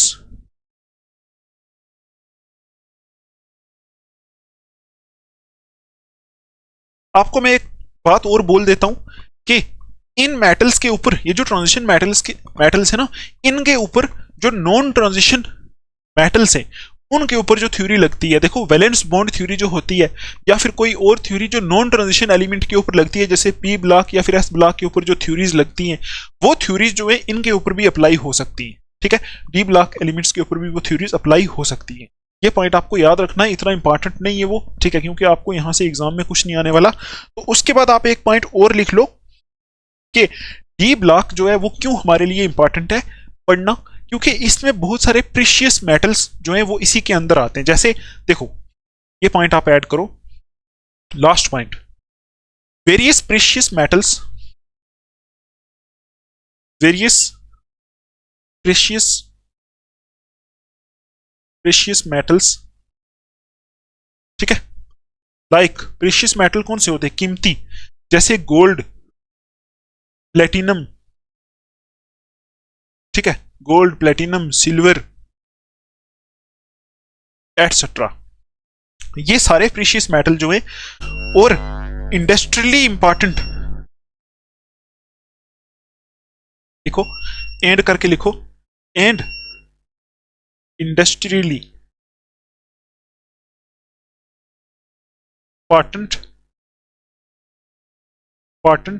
Industrially important metals like iron, copper, etc. ठीक है, belong to the transitional, देखो transition transition metals। ठीक, ये पॉइंट आपको याद रखना है कि हमारे लिए ये पढ़ना क्यों इंपॉर्टेंट है, ट्रांजिशन मेटल्स, क्योंकि देखो ऐसे बहुत सारे मेटल्स जो बहुत कीमती हैं, जैसे गोल्ड है, प्लेटिनम है, बहुत ज्यादा कीमती होते हैं, बहुत ज्यादा इनका प्राइस होता है, ठीक, या फिर सिल्वर होता है, या फिर कुछ इंडस्ट्रियली इंपॉर्टेंट मेटल्स हैं, इंडस्ट्री में बहुत ज्यादा यूज होते हैं, जैसे देखो आयरन बहुत ज्यादा यूज होता है, ठीक है, कॉपर हो गया, कॉपर की तारें बनती हैं, आयरन है, हमारे आसपास हर जगह आयरन ही आयरन लगा है, तो इंडस्ट्रियली इंपॉर्टेंट मेटल है। तो ये सारे ही ट्रांजिशन मेटल के अंदर आते हैं, इसलिए इनकी स्टडी करना भी हमारे लिए इंपॉर्टेंट है। क्योंकि अगर ये मेटल ना हो तो बहुत सारी चीज़ें, देखो सपोज अगर आयरन ना हो तो हम ब्रिज कैसे बनाएंगे, बड़े बड़े जो गाड़ियाँ वगैरह होती हैं वो कैसे बनाएंगे ना, तो इनकी स्टडी करना इसलिए इंपॉर्टेंट है। तो इतने ही रखेंगे हम इसकी जनरल इंट्रोडक्शन। देखो जनरल इंट्रोडक्शन थोड़ी सी लेंथी हो गई, टेक्स्ट बुक के ऊपर जो पॉइंट थे मुझे अच्छे लगे, मैंने जनरल इंट्रोडक्शन में उनको लिखवा दिया। तो सब पॉइंट हैं जो जितने, सबको अगर हम रिवाइज करें है ना 2-3 पॉइंट के अंदर, तो आप ये बोलोगे डी ब्लॉक एलिमेंट कौन से होते जिनमें लास्ट इलेक्ट्रॉन डी में जाता है, एफ ब्लॉक कौन से होते हैं जिनमें लास्ट इलेक्ट्रॉन एफ में जाता है, डी ब्लॉक को ट्रांजिशन मेटल्स बोलते हैं, एफ ब्लॉक को इनर ट्रांजिशन मेटल्स बोलते हैं।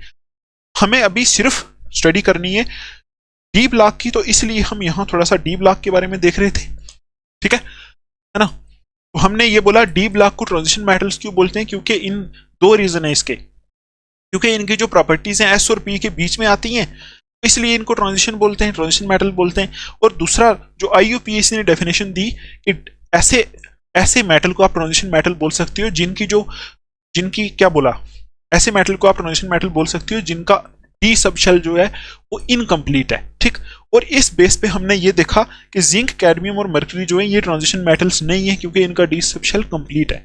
और आपसे अगर कोई पूछ ले इनर ट्रांजिशन मेटल ऐसे बोल दे, देखो ऐसे पूछे एफ ब्लॉक एलिमेंट्स को इनर ट्रांजिशन मेटल्स क्यों बोलते हैं या फिर इनर ट्रांजिशन एलिमेंट्स क्यों बोलते हैं, ट्रांजिशन तो वही है, ट्रांजिशन का तो वही रीजन है, ठीक है, ट्रांजिशन का तो वही रीजन है, एफ ब्लॉक की भी प्रॉपर्टीज जो हैं वो अलग हैं, ठीक।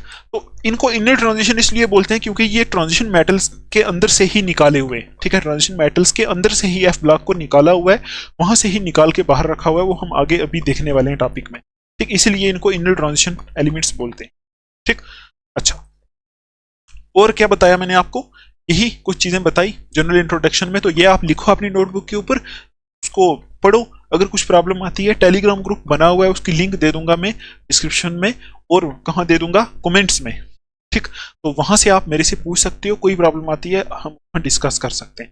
चलो इसको साफ करते हैं, नेक्स्ट टॉपिक पे चलते हैं जिसका नाम है इलेक्ट्रॉनिक कॉन्फ़िगरेशन, वहां से आपको और ज्यादा क्लियरिटी होगी। अभी हम देख रहे हैं इलेक्ट्रॉनिक कॉन्फ़िगरेशन इनकी डी ब्लॉक एलिमेंट्स की। तो आप पहले इलेक्ट्रॉनिक कॉन्फ़िगरेशन देखने से पहले 1-2 पॉइंट ऐड करो, वहां से आपको हेल्प मिलेगी इलेक्ट्रॉनिक कॉन्फ़िगरेशन को समझने में। देखो आपको पॉइंट क्या ऐड करना है, लिखो, पहला पॉइंट आपको लिखना है कि these elements are called d block elements, ठीक है।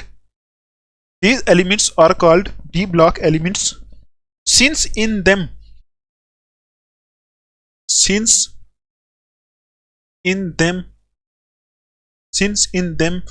3D, 4D, 5D and 6D, 3D, 4D, 5D and 6D subshells are incomplete. Subshells are incomplete, ठीक। 3D, 4D, 5D and 6D subshells are incomplete, ठीक है। And the last electron enters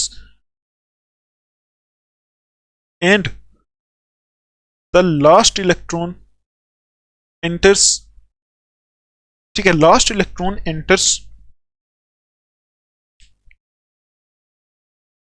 आगे लिखो, into n-1 d subshell, ठीक है, n-1 d subshell,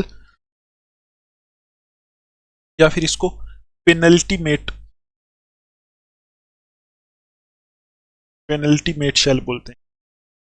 आपको ये पता है पेनल्टीमेट शेल किसको बोलते हैं, कि सपोज ये कोई एटम है, देखो बीच में न्यूक्लियस है, ऊपर ये वाले ऐसे शेल्स हैं सपोज, ठीक। तो देखो लास्ट वाला जो शेल होता है ना, लास्ट उससे 1 नंबर पहले वाला जो शेल होता है, इसको बोलते हैं पेनल्टीमेट शेल, ठीक है, पेनल्टीमेट शेल बोलते हैं इसको। जब डी ऑर्बिटल्स, देखो जब डी ब्लॉक एलिमेंट्स में हम इलेक्ट्रॉन फिल करते हैं, है ना। तो कौन से डी ऑर्बिटल में वहां जाते हैं इलेक्ट्रॉन? वो जो डी ऑर्बिटल होता है वो लास्ट वाले ऑर्बिटल से एक नंबर पीछे होता है, ठीक है, उसमें इलेक्ट्रॉन फिल होते हैं। देखो यही लिखा है डी ब्लॉक एलिमेंट्स। देखो these elements are called d block elements. इन एलिमेंट्स को डी ब्लॉक एलिमेंट्स क्यों बोलते हैं? Since in them 3D 4D 5D and 6D सब शेल्स आर इनकम्प्लीट। क्योंकि इनमें सीरीज के हिसाब से, देखो जैसे मैंने बताया था first series, second series, third series, fourth series, पहले को बोला था 3D, दूसरे को बोला था 4D 5D 6D, ऐसे सीरीज बोले थे 6D, ठीक। तो यहां सीरीज के हिसाब से 3D 4D 5D 6D जो सब शेल होते हैं ये इनकम्प्लीट होते हैं, ठीक। इसलिए देखो यही लिखा है ना, these elements are called d block elements since in them 3D 4D 5D and 6D सब शेल्स आर इनकम्प्लीट। क्योंकि इनमें ये सब शेल इनकम्प्लीट होते हैं। And the last electron enters into n-1d सब शेल। लास्ट इलेक्ट्रॉन जो होता है वो n-1d सब शेल में इंटर होता है। मतलब वो जो d सब शेल जिसमें लास्ट इलेक्ट्रॉन इंटर होता है वो लास्ट वाले ऑर्बिटल से पहले होता है एक नंबर। वो आपको अभी समझ में आएगा, जब हम इलेक्ट्रॉनिक कॉन्फ़िगरेशन देखेंगे तो आपको समझ में आएगा। जिसको देखो बोलते हैं, इसको पेनल्टीमेट शेल बोलते हैं। तो आप बोलोगे इनको डी ब्लॉक इसलिए बोलते हैं क्योंकि इनमें लास्ट इलेक्ट्रॉन कहाँ इंटर होता है? n-1d सब शेल में। n-1 का मतलब होता है, n किसको रिप्रेजेंट करता है? क्वांटम नंबर्स आपने पढ़े, n होता है प्रिंसिपल क्वांटम नंबर, ये करता है आउटर मोस्ट शेल जो होता है ना, शेल उसको रिप्रेजेंट करता है। तो अगर सपोज ये वाला 4 वाला शेल है तो यहाँ पीछे कौन सा होगा? 3, तो इलेक्ट्रॉन 3D में एंटर करेंगे। तो अगर लास्ट वाला 5 है तो इलेक्ट्रॉन 4D में एंटर करेंगे। अगर लास्ट वाला जो शेल है वो 6 है तो इलेक्ट्रॉन 5D में एंटर करेंगे। ऐसे करके बोलेंगे, इसको बोलते हैं n-1। अगर ये n है, देखो ये 5, अगर n है तो n-1 क्या होगा? 5 - 1 क्या होगा? 4। ये n है तो n-1 4 होगा। इस तरह ये काम होता है, ठीक। अच्छा, अभी देखो आपको एक पॉइंट लिखना है, their general electronic configuration. General electronic configuration इस इनकी जो जनरल इलेक्ट्रॉनिक कॉन्फ़िगरेशन होती है वो क्या होती है? वो होती है n-1 d 1 से 10 और ns 1 से 2। ये होती है इनकी जनरल इलेक्ट्रॉनिक कॉन्फ़िगरेशन के। n जो है, n क्या होता है? n होता है principal quantum number. n represent करता है शेल को, नंबर ऑफ शेल, जो मेन शेल होता है उसको। तो अगर लास्ट शेल, अगर सपोज इसमें लास्ट शेल 4 है, ठीक है, तो n-1 d कौन सा होगा? n-1, देखो लास्ट शेल अगर 4 है तो n की वैल्यू यहां होगी 4, ठीक है। तो n-1 कितना हो जाएगा? n-1 is equal to n की वैल्यू 4 है तो 4 - 1 इज इक्वल टू 3। मतलब n-1 शेल जो हो जाएगा वो हो जाएगा 3। और देखो आपको आई होप समझ में आ रहा होगा। आप इतनी टेंशन मत लो, आप बस इतना याद रखो कि इनकी जनरल इलेक्ट्रॉनिक कॉन्फ़िगरेशन होती है n-1d और ns, ठीक। n-1d का मतलब हो गया कि ns वाला जो शेल है, लास्ट शेल है जो, उससे एक नंबर पहले लास्ट शेल है। अगर लास्ट वाला 4 है तो उससे एक नंबर पहले आएगा 3d। क्योंकि n की वैल्यू अगर 4 है तो n-1 यहां लिखा है, n-1 का मतलब हो गया 4 - 1, 4 - 1 इज इक्वल टू 3, है ना। तो यहां आप बोलोगे इनकी जो जनरल इलेक्ट्रॉनिक कॉन्फ़िगरेशन होती है वो होती है n-1d, जिसमें इलेक्ट्रॉन आ सकते हैं 1 से 10। मतलब n-1d का मतलब है ये जो n ने लास्ट वाले शेल से एक नंबर पहले वाला जो शेल है वो d सब शेल, उसके अंदर 1 से 10 इलेक्ट्रॉन आते हैं और ns में 1 से 2 इलेक्ट्रॉन आते हैं। ये इसकी जनरल इलेक्ट्रॉनिक कॉन्फ़िगरेशन होती है। देखो आगे इसमें लिखो एक्सेप्ट। इसमें एक एक्सेप्शन है, एक्सेप्ट पैलेडियम इसमें क्या होता है? ns0 होता है पैलेडियम में, ठीक। तो यहां आप बोलोगे इनकी जनरल इलेक्ट्रॉनिक कॉन्फ़िगरेशन क्या होती है? n-1d 1 से 10 तक इलेक्ट्रॉन आते हैं और ns में 1 से 2 तक आते हैं। और एक एक्सेप्शन है पैलेडियम में ns में 0 आते हैं। ns का मतलब है, देखो ns में हर किसी में 1 या 2 इलेक्ट्रॉन होंगे और पैलेडियम में ns में 0 होते हैं, ठीक। ये एक इसकी एक्सेप्शन होती है। अभी देखो आपको मैं सारी चीजें समझाने की कोशिश करूंगा। आपको अभी इतना याद रखना है सिर्फ कि यहां क्या होता है? जनरल इलेक्ट्रॉनिक कॉन्फ़िगरेशन इनकी क्या होती है? n-1d 1 से 10 और ns 1 से 2, ये ठीक। n-1 d का मतलब है इस n से एक पहले वाला शेल, वो किस बेस पे मैं बोल रहा हूं आपको अभी पता चलेगा।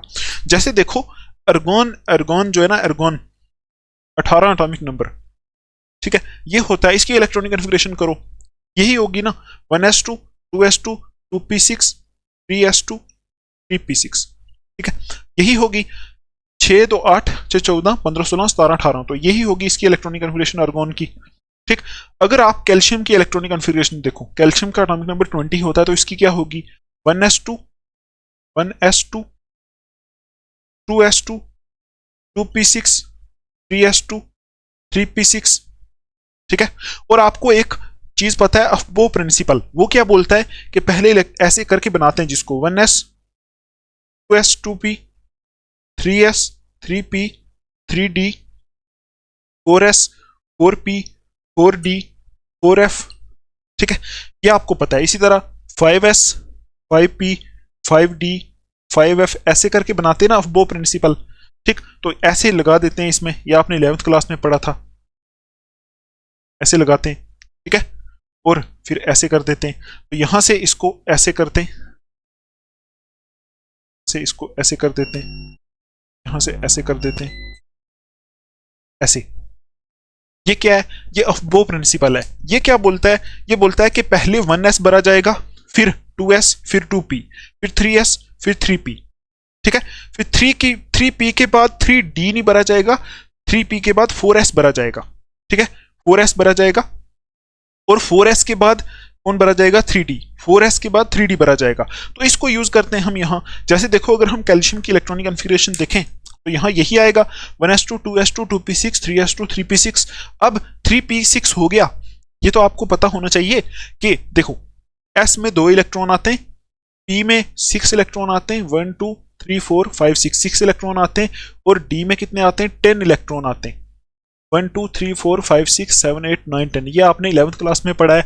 s में 2 इलेक्ट्रॉन आते हैं क्योंकि s में एक ही ऑर्बिटल होता है, p में 3 ऑर्बिटल होते हैं तो 6 इलेक्ट्रॉन आते हैं, d में 10 इलेक्ट्रॉन आते हैं, इसी तरह f में 14 इलेक्ट्रॉन आते हैं, ठीक। तो आपको यहां पता होना चाहिए, इलेक्ट्रॉनिक कन्फिग्रेशन भी आपको आनी चाहिए, 6 2 8 6 14 15 16 17 18 इलेक्ट्रॉन यहां हो गए, इसमें टोटल 20 इलेक्ट्रॉन है। तो 3p के बाद किसको भरेंगे, 3p के बाद भरेंगे हम, 3p के बाद भरेंगे 4s को। देखो अगर हम ऐसे काउंट करें तो 3p के बाद 3d होता है ना, लेकिन पहले भरा कौन जाता है 4s भरा जाता है इसके अकॉर्डिंग, ऑफ बो प्रिंसिपल के अकॉर्डिंग। तो 3p के बाद हम कौन सा भरेंगे 4s2, ये भरेंगे। ये होगी कैल्शियम की इलेक्ट्रॉनिक कन्फिग्रेशन। अभी देखो ये कैल्शियम है, इसका एटॉमिक नंबर था 20, अभी हम अगर इसके एक पॉइंट ऊपर करें, एक एटॉमिक नंबर बढ़ा दें और ले लें सेकेंडियम जो होता है उसका एटॉमिक नंबर होता है 21, इसकी इलेक्ट्रॉनिक कन्फिग्रेशन करने की कोशिश करें तो देखो ऐसे होगी 1s2 2s2 2p6 3s2 3p6 4s2, इतनी तो हो गई कैल्शियम की, इतने तो बढ़ गए हमारे 20 इलेक्ट्रॉन। अभी एक इलेक्ट्रॉन और बचा है, 4s2 के बाद कहां जाएगा, 4s के बाद कहां जाता है 3d में जाता है, तो अभी हम लिखेंगे 3d। और यहां देखो इधर तक कितने हो गए इलेक्ट्रॉन, 6 2 8 तो 10 6 14 15 16 17 18, कितने हो गए 6 2 8 तो 10 6 16 17 18 19 20, यहां तक 20 हो गए, और यहां 21 है तो 3d1 भर देंगे, ठीक है। अभी अगर आप इस चीज को देखो, आप मुझे बताओ यहां अगर हम देखें तो ये देखो ऐसे है ना, 2s 2p 3s 3p 3d, अगर हम सीरियल वाइज देखें तो ऐसा होगा ना 3d फिर 4s 4p, ऐसा होगा देखो 2s फिर 2p 3s फिर 3p फिर 3d होगा, फिर 4s फिर 3, मतलब पहले 3 3 वाला चलेगा फिर 4 वाला चलेगा, ठीक। तो हम ऐसा बोल सकते हैं कि यहां हमने देखो, अगर आपको नहीं समझ में आया ना, ऐसे देखो, ऐसे होता है जैसे 1s 2s 2p, ठीक है, फिर 3s 3p 3d, फिर 4s 4p 4d 4f। देखो आपको अगर थोड़ी सी भी नॉलेज हो तो आप बोलोगे ये पहला शेल है, ये दूसरा शेल है, ये तीसरा शेल है, ये चौथा शेल है। तो पहले अगर हम इसको बनाएं, देखो सपोज ये पहला शेल है, ये दूसरा शेल है, ये तीसरा शेल है, ये फोर्थ शेल है, ठीक है। इसको बोल दें 1, इसको 2, इसको 3, ये फोर्थ शेल है, ठीक है। ये वाला कौन सा शेल है, फोर्थ शेल है। तो आप देखो अगर हम ऐसे सीरियल वाइज देखें तो पहले कौन सा आएगा, पहले 3 वाला आता है फिर 4 वाला आता है। लेकिन जब हम बढ़ते हैं तो पहले 4 वाला बढ़ते हैं फिर 3 वाला बढ़ते हैं, पहले 4s वाला बढ़ते हैं फिर 3d वाला बढ़ते हैं, है ना। तो वही चीज है, अगर आप यहां देखो तो 1 2 3 4, यहां 3 जो है ये 4 से पहले आ रहा है ना, 4 से पहले 3 आ रहा है। तो इसीलिए हम बोलते हैं कि हम डी ब्लॉक में जो हमारी इलेक्ट्रॉनिक कन्फिगरेशन होती है उसमें बड़ा कौन सा जाता है, n-1d बड़ा जाता है, n-1d। मतलब सपोज अगर n इज इक्वल टू 4 है, n इज इक्वल टू 4 है तो 4 है तो ये हमारा 4s है, तो बड़ा कौन सा जाएगा, इससे पहले वाला d, इससे पहले वाला d कौन सा होता है वो n-1d। n-1 का मतलब है n की वैल्यू यहां 4 पुट करो, 4-1d ये बड़ा जाएगा, इसका मतलब 3d बड़ा जाएगा, है ना। तो इसलिए हम बोलते हैं कि डी ब्लॉक में जो उनकी जनरल इलेक्ट्रॉनिक कन्फिगरेशन होती है वो ये वाली होती है। मतलब पहले 4s वाला भरा जाता है, देखो पहले 4s वाला भरा जाता है, भर देते हैं उसको, उसके बाद 3d पर आते हैं, ठीक है, उसके बाद 3d पे आते हैं। तो ये इसको लिखते तो हम ऐसे, कभी हम इसको ऐसे भी लिख सकते हैं 3p6 के बाद 3d1 4s2 ऐसे भी लिख सकते हैं, ठीक, क्योंकि सीरियल वाइज तो ये ऐसे चलेगा ना, सीरियल वाइज तो ऐसे चलेगा, ठीक है, पहले 3 आएगा फिर 4। तो अगर हम इसको ऐसे लिखें तो हमें पता लगता है ना कि ये ns है और ये n-1d है, मतलब इसके एक पहले वाला शेल है, ठीक है। आई होप आपको ये समझ में आया होगा। इससे एक पहले वाला शेल जो है डी में भरा जाता है, n-1d भरा जाता है, ठीक, जैसे जैसे आगे चलता है। तो आप अगर चेक करो ये 21 एटॉमिक नंबर वाला सेकेंडियम है, इसकी इलेक्ट्रॉनिक कन्फिगरेशन ये वाली है, ठीक। क्या इलेक्ट्रॉनिक कन्फिगरेशन है, 4s2 3d1, ठीक। अब देखो 22 पे चलते हैं, 22 टाइटेनियम का होता है, तो इसकी इलेक्ट्रॉनिक कन्फिगरेशन क्या आएगी, ऐसे होगा 1s2 2s2 2p6 3s2 3p6, उसके बाद कौन सा बढ़ते हैं 4s2 फिर 3d2, ठीक। तो इसकी देखो इसकी आउटरमोस्ट इलेक्ट्रॉनिक कन्फिगरेशन क्या थी, 4s2 3d1, ठीक। इसकी क्या है 4s2 3d2। तो आप देखो जैसे जैसे यहां से आगे बढ़ रहा है सिस्टम, ऐसे कौन सा बढ़ना स्टार्ट होगा, कौन सा बढ़ना स्टार्ट होगा, देखो 3d में बढ़ रहे हैं ना इलेक्ट्रॉन, इसमें देखो इसमें 3d1 किया था, इसमें बाकी सेम है 3d2 कर दिया, इसके आगे वाले में क्या करेंगे 3d3 करेंगे, उसके आगे में क्या करेंगे 3d4 करेंगे। तो ऐसे ये कहां तक जाएगा, डी में कितने इलेक्ट्रॉन आते हैं टोटल 10, तो ये 3d10 तक जाएगा, टोटल 3d10 तक जाएगा, ठीक है। तो इस बेस पे हम ऐसा भी बोल सकते हैं कि डी ब्लॉक एलिमेंट जो है, यहां से आप बोल सकते हो देखो इस सेकेंडियम में लास्ट इलेक्ट्रॉन कहां एंटर हुआ, D1 में, इसका मतलब ये कौन सा है, डी ब्लॉक एलिमेंट है सेकेंडियम। टाइटेनियम में लास्ट इलेक्ट्रॉन कहां हुआ, लास्ट इलेक्ट्रॉन कहां हुआ, डी में एंटर हुआ, क्योंकि इसकी कॉन्फ़िगरेशन क्या है D2 आई, तो आप बोल सकते हो टाइटेनियम भी क्या है, डी ब्लॉक एलिमेंट है। तो देखो सेकेंडियम जो है उसमें ऐसे इंटर होता है इलेक्ट्रॉन, ये D1 में ऐसे जाता है, तो ये डी ब्लॉक हो गया। तो आप मुझे बताओ एक डी ब्लॉक के सीरीज में टोटल कितने एलिमेंट होंगे, टोटल कितने एलिमेंट होंगे, देखो सेकेंडियम में एटॉमिक नंबर 21 ने, तो इसमें एक इलेक्ट्रॉन जाएगा यहां, तो सेकेंडियम के बाद आएगा टाइटेनियम, इसमें इलेक्ट्रॉन यहां चला जाएगा, उसके बाद आएगा आगे वाला, उसमें यहां चला जाएगा, फिर यहां चला जाएगा, फिर यहां यहां यहां यहां, तब तक चलता जाएगा जब तक ये पूरे ना भर जाएं। तो देखो टोटल कितने इलेक्ट्रॉन है, 1 2 3 4 5 6 7 8 9 10 इलेक्ट्रॉन आते हैं डी में। तो इसलिए डी ब्लॉक के एक सीरीज में कितने एलिमेंट आते हैं, 10 एलिमेंट, ठीक। डी ब्लॉक के एक सीरीज में 10 एलिमेंट्स आते हैं।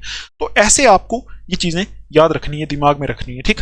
आपको पता होना चाहिए कि जनरल इलेक्ट्रॉनिक कन्फिगरेशन में n-1d क्यों बोला है, क्योंकि ये जो n-1d है ये ns से पहले वाला ऑर्बिटल भरा जाता है, ns तो पहले भर जाता है, ns तो 4s2 पहले भर जाता है, उसके बाद d वाला भरते हैं, लेकिन d वाला है तो पहला ना, है तो 3 का पार्ट है, देखो 3s2 3p6, उसके बाद ही 3d आएगा, 3d जो है बड़ा बाद में जाता है, लेकिन देखो 3d है तो 3 वाले शेल का पार्ट है ना, 3d किसका पार्ट है, 3 वाले शेल का, इस 3 वाले शेल का पार्ट है 3d, पहले 4 वाला भरा जाता है फिर 3 वाला भरा जाता है, इसलिए बोलते हैं n-1d।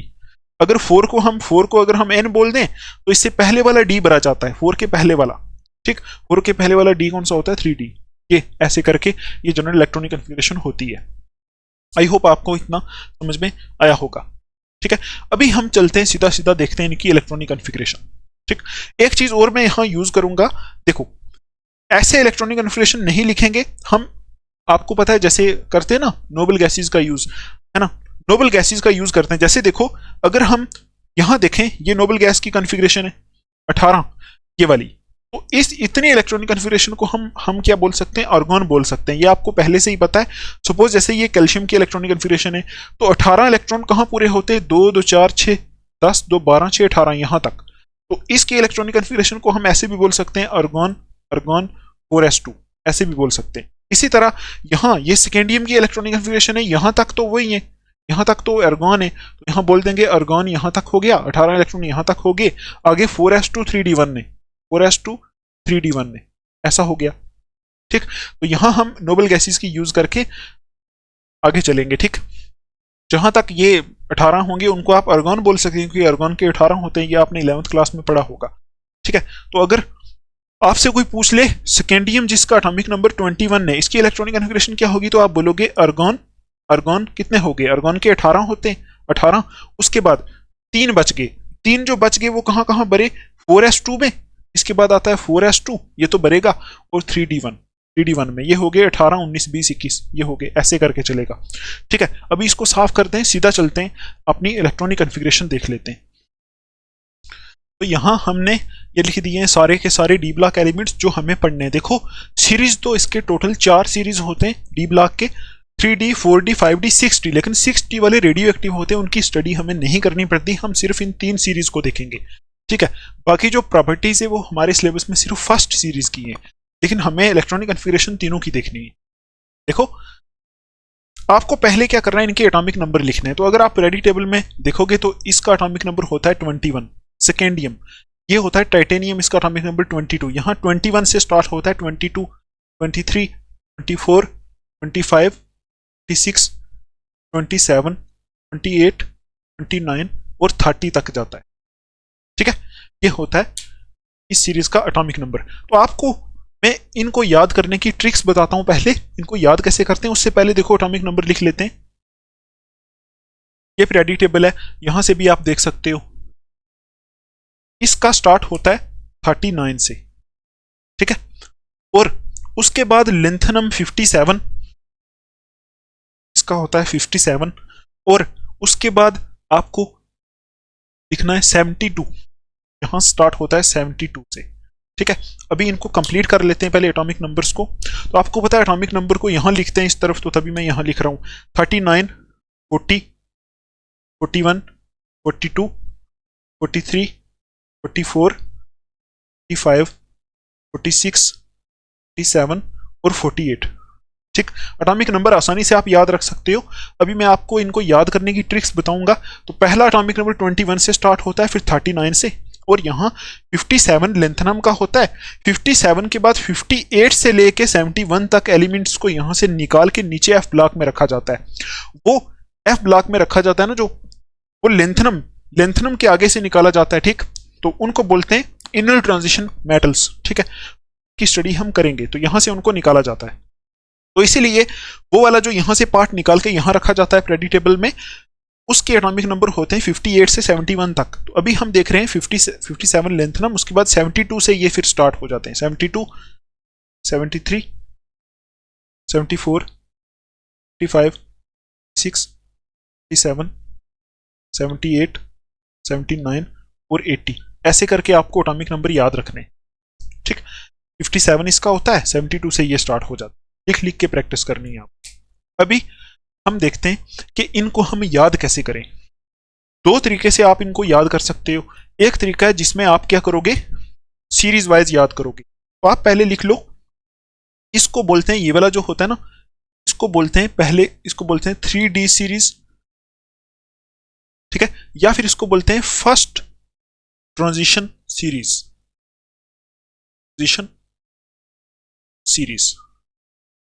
ठीक, इसको बोलते हैं 4D सीरीज, या फिर इसको बोलते हैं सेकंड ट्रांजिशन सीरीज, और इसको बोलते हैं, इस वाले को बोलते हैं 5D सीरीज। ठीक है, ये वाला, ये इसको बोलते हैं 5D सीरीज, या फिर बोलते हैं third transition series. I think मैंने पीछे आपको जनरल इंट्रोडक्शन में ज्यादा ही कुछ डिटेल बता दी है। अगर कुछ प्रॉब्लम आई तो आप मेरे से पूछ सकते हो। First transition series, second transition series, third transition series, ऐसे करके बोलते हैं। यही है, पहले डी ब्लॉक का ये सीरीज होता है, दूसरा ये होता है, तीन ये होता है, यही तीन हमें पढ़ने होते हैं, फोर्थ भी होता है लेकिन वो हमें नहीं पढ़ना है। ठीक, अच्छा अभी देखो इनको याद कैसे करेंगे। याद करने के लिए मैं आपको ट्रिक्स बता देता हूं, वो ट्रिक्स जो है उनका यूज करके आप इनको याद कर सकते हो। पहला जो ये वाला ना, इस पूरे की जो ट्रिक है वो आपको 10-20 बार नोटबुक के ऊपर लिख के याद कर लेनी है। देखो ये ट्रिक फर्स्ट, देखो ये जो ऐसे वाली ट्रिक्स है ये मैंने अपनी बनाई है, STC मनफैक्टोनिकजन। ठीक है, ये ट्रिक पहली है। दूसरा ये आप कैसे याद रखोगे, ऐसे याद रख लो, STVC किसी का नाम है STVC और वो मनफैक्टो नई कजन, ऐसे याद रखोगे STVC मनफैक्टो, मनफैक्टो इसको बोल दो मनफैक्टो नई कजन। मतलब कैसे बोलोगे इसको, छोड़ो ऐसे ही याद कर लो, या फिर आपके पास कोई और तरीका तो वहां से वैसे भी आप याद कर सकते हो। मेरे हिसाब से आप इसको 10 बार लिखो, पढ़ो, STVC मनफैक्टो नई कजन, STVC मनफैक्टो नई कजन। ये कजन है, कजन हमारी जो कजन है वही होती है। STVC किसी का नाम बोल दो, मनफैक्टो कोई बोल दो, तो ये याद रखोगे STVC मनफैक्टो नई कजन। ठीक, दूसरा आप याद रखोगे ऐसे YZNMRRAC, इसको बोलोगे ये कोई किसी घर का नाम है या किसी बिल्डिंग का नाम है, यजनम टरपैक, यजनम टरपैक, ऐसे करके याद रख लो इसको, यजनम YZNM यजनम TRRPAC टरपैक, यजनम टरपैक, ऐसे करके याद रख लो। ठीक, यहां से आपको पूरा ही सीरीज पता चल जाएगा क्या होता है। और जो ये वाला है ना थर्ड वाला, उसके लिए आप ये रख लो ट्रिक, LHT ब्रो ऐसे कर लो, ब्रो इप्टा, ऐसे LHT ब्रो इप्टा, ये किसी का नाम है। देखो ऐसे ये ट्रिक्स आपको याद नहीं होंगी क्योंकि मैंने इनको ऐसे ही याद किया हुआ है, 10-15-20 बार मैंने नोटबुक के ऊपर लिखा था, उसके बाद दिमाग में बिठाया था, बार बार रिपीट किया था, फिर याद हो गई थी। पहला क्या है, STVC मनफैक्टोनिकजन, ठीक, दूसरा है यजनम टरपैक, तीसरा है LHT वोरो इप्टा। बोल दो ये किसी के नाम है दोनों, ये STVC मनफैक्टो की कजन है। ठीक, STVC मनफैक्टो नी कजन, उसके बाद बोल दो यजनम टरपैक, यजनम टरपैक, और बोल दो LHT वोरो इप्टा। बस ये आप याद रखोगे तो आपको ये पूरे ही याद हो जाएंगे। ठीक है, तो आपको अगर कोई और तरीका याद करने का अच्छा लगता है वो भी आप बोल सकते हो। ठीक है, उससे भी आप कर सकते हो। याद देखो एस फॉर होता है सेकेंडियम। अब ये एलिमेंट कौन कौन से हैं ये आपको पीरियोडिक टेबल में देख के इनके नाम याद रखने पड़ेंगे। ठीक है, आपका होमवर्क आज का यही है, आपको इन सब के सिंबल याद करने और इनके नाम याद करने। देखो जैसे S for scandium, T for titanium, V for vanadium, C for chromium, M for manganese, F for iron cobalt, N for nickel, C for copper, Z for zinc. ये वही है, scandium, titanium, vanadium, chromium, manganese, iron, cobalt, nickel, copper, zinc. ये हो गया पहला series, तो उसमें आप इसको यूज करके याद करोगे। ठीक, यहां लिख देना 21, ऐसे लिख देना इसको एक की बार। ये आ गया यजनम टरपैक, इसमें क्या है, वाई फॉर येट्रियम। देखो ये होता क्या है, yttrium, zirconium, niobium, molybdenum, technetium, ruthenium, rhodium, palladium, silver, cadmium, ऐसे होता है। तो ये वही है, yttrium, zirconium, niobium, molybdenum, technetium, ruthenium, rhodium, palladium, silver, cadmium, ऐसे। और ये जो है लेंथनम होता है, लेंथनम होता है, ये हेफनियम होता है, टेंटलम होता है, टंगस्टन होता है, रिहेनियम होता है, ऑस्मियम होता है, इरिडियम होता है, प्लेटिनम होता है, ये गोल्ड होता है, ये मरकरी होता है।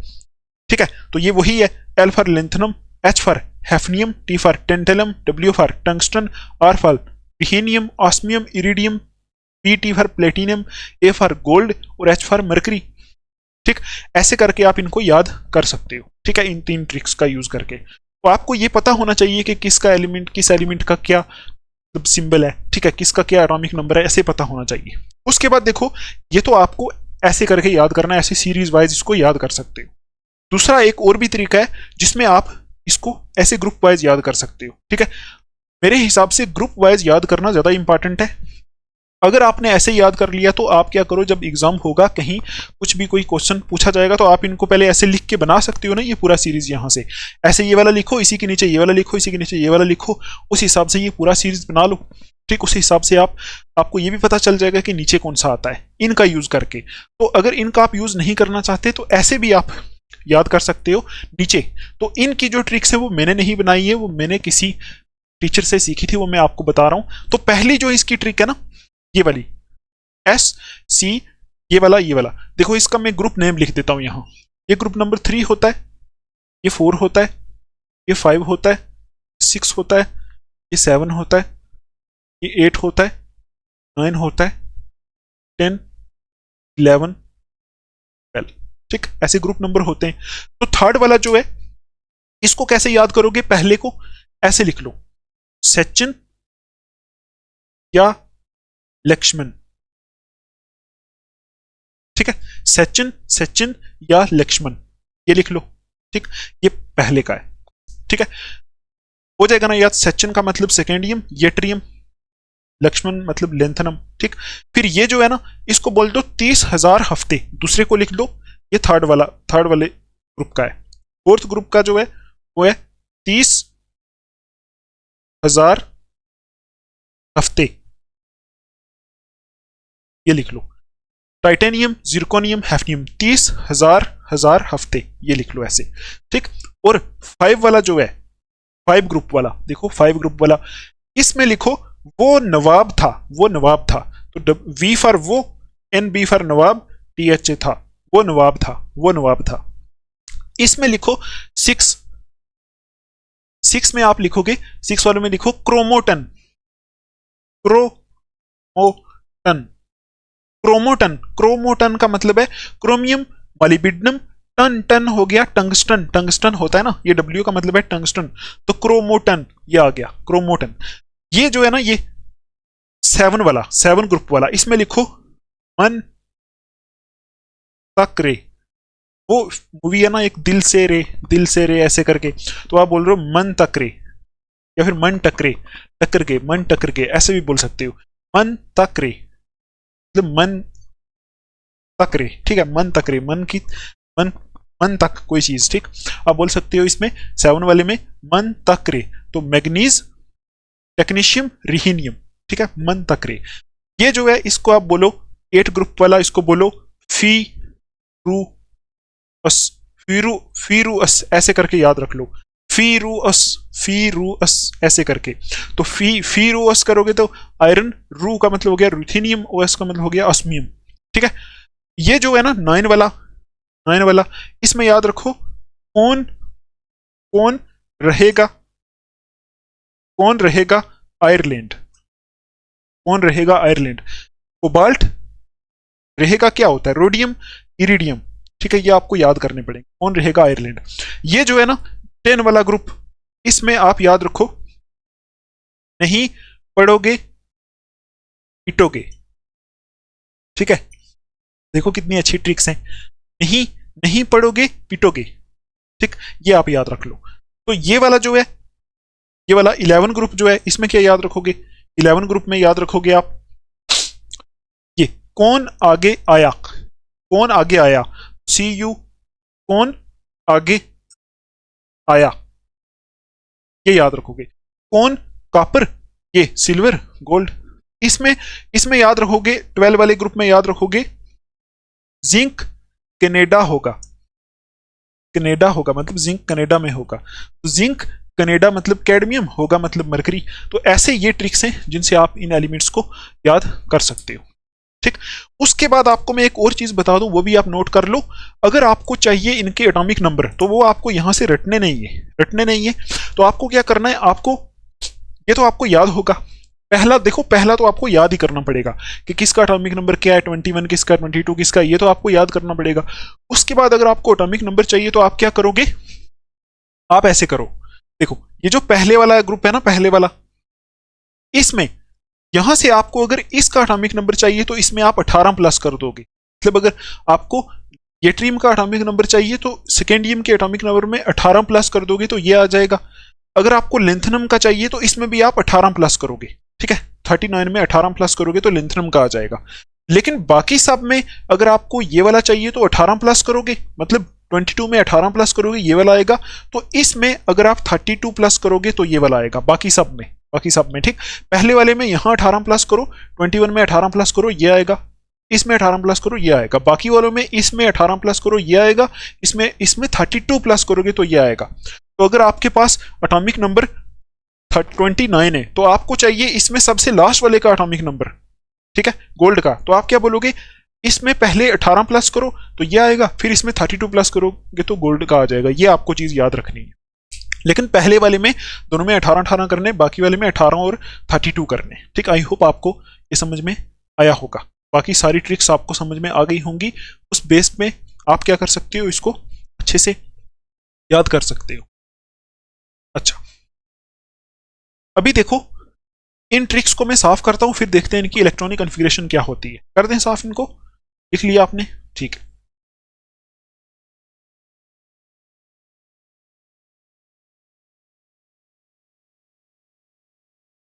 अंत तक रे जो ट्रिक है ये अच्छी है। और जिंक कनाडा होगा, कनाडा में होगा जिंक बेचारा, ठीक है। तो लेंथी लेक्चर नहीं हो रहा है ना, तो लेंथी हो रहा है। अभी हम क्या करेंगे, इनकी इलेक्ट्रॉनिक कॉन्फ़िगरेशन देखेंगे, ठीक। तो अगर आप देखो सेकेंडियम की इलेक्ट्रॉनिक कॉन्फ़िगरेशन, सेकेंडियम का एटॉमिक नंबर होता है 21, ठीक है।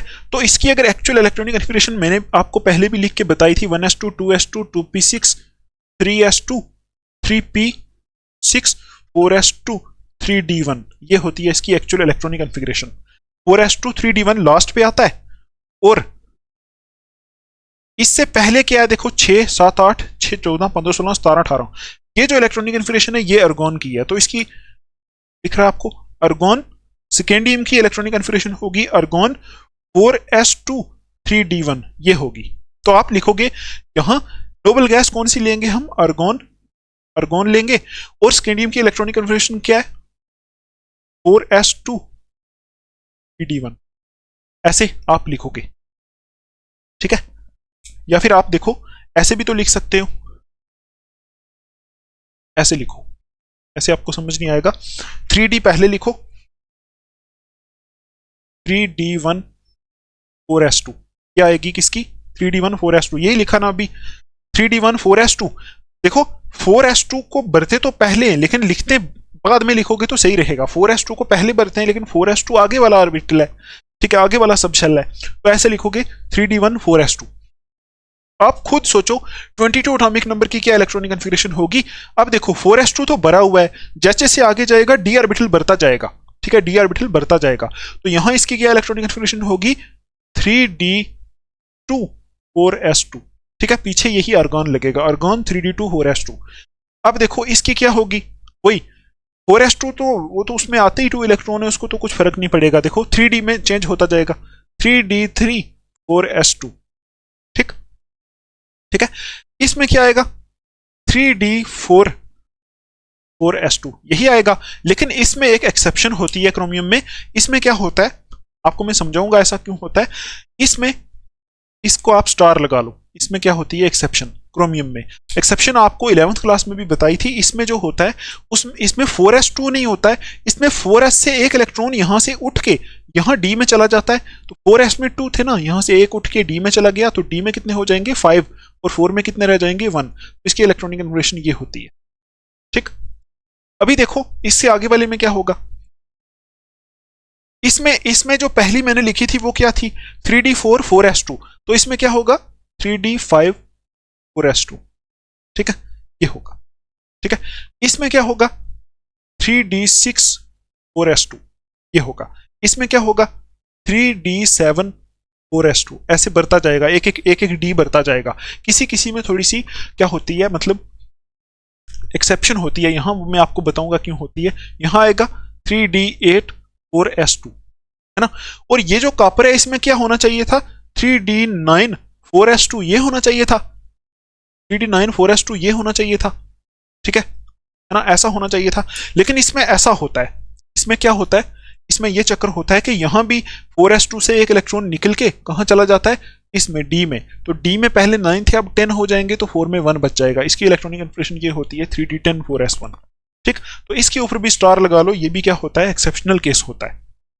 ठीक है, अभी जिंक में तो क्या होगा आपको पता ही है। जिंक में देखो, इसकी पहले इलेक्ट्रॉनिक कन्फिगरेशन क्या लिखी थी, 3d9 4s2। तो अभी यहां क्या आएगा, 3d10 4s2, ये होगी जिंक की।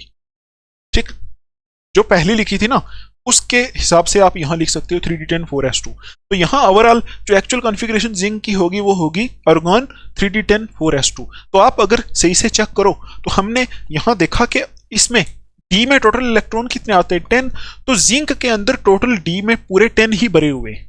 ठीक है, 10 भरे हुए हैं जिंक में। तो इसलिए जिंक को बोलते हैं ये ट्रांजिशन मेटल नहीं है। क्यों, क्योंकि ट्रांजिशन मेटल वो होते हैं जिनमें डी क्या हो, इनकम्प्लीट हो, ग्राउंड स्टेट में या फिर किसी ऑक्सीडेशन स्टेट में, आयन की फॉर्म में, है ना। अगर कोई एलिमेंट आयन की फॉर्म में या फिर ग्राउंड स्टेट में, उन दोनों में क्या होने चाहिए, डी इनकम्प्लीट होना चाहिए। तो देखो हर किसी में डी इनकम्प्लीट है। यहाँ डी में 1 है, डी में 2 है, डी में 3 है, डी में 5 है, डी में 5 है, डी में 6 है, डी में 7 है, डी में 8 है, डी में 10 है। यहाँ कापर में डी में 10 है। देखो आप बोलोगे इसमें तो नहीं है, देखो कापर में क्या है, डी में 10 है, डी पूरा फील्ड है, लेकिन ये इसकी ग्राउंड स्टेट है। अगर हम इसकी ऑक्सीडेशन स्टेट ले लें कापर प्लस टू, तो उस स्टेट में यहाँ डी में जो है इनकम्प्लीटली फील्ड हो जाएगा।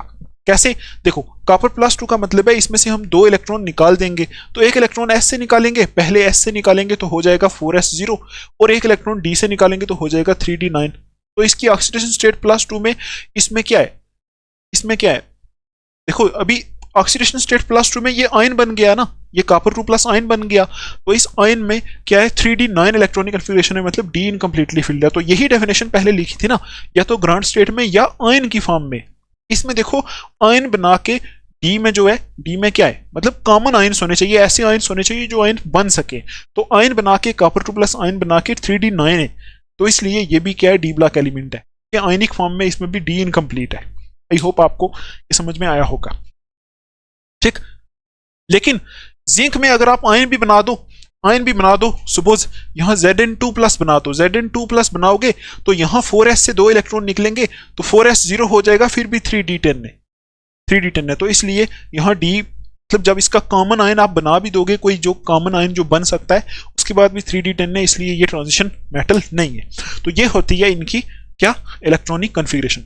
अभी आप एक चीज समझो, इनमें जो दो एक्सेप्शनल केसेस हैं वो क्यों है। देखो ये क्रोमियम और कॉपर, आपको ये याद रखना, पहला जो सीरीज है उसमें क्रोमियम और कॉपर एक्सेप्शनल है, क्रोमियम और कॉपर। तो ये क्यों एक्सेप्शनल होते हैं, आपने एक पॉइंट सुना होगा 11th क्लास में, half filled and fully field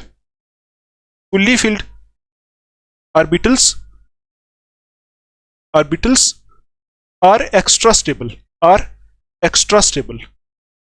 half filled और फुली फील्ड एक्स्ट्रा स्टेबल होते हैं। तो यहां वही पॉइंट लगता है। ठीक, तो अगर देखो यहां 3d5 4s1 है ना, 3d5 4s1 है, इसको समझो। देखो एक एक चीज को समझाऊं तो लेक्चर फिर बहुत लेंथी होता जा रहा है ना, कितना लेंथी हो गया लेक्चर। देखो समझाना तो पड़ेगा। देखो क्रोमियम है, यहाँ क्रोमियम, तो क्रोमियम की अगर आप इलेक्ट्रॉनिक कन्फिगरेशन देखो ना, डी को बनाओ, डी में 5 ऑर्बिटल होते हैं, ऐसा होता है 1 2 3 ऐसा।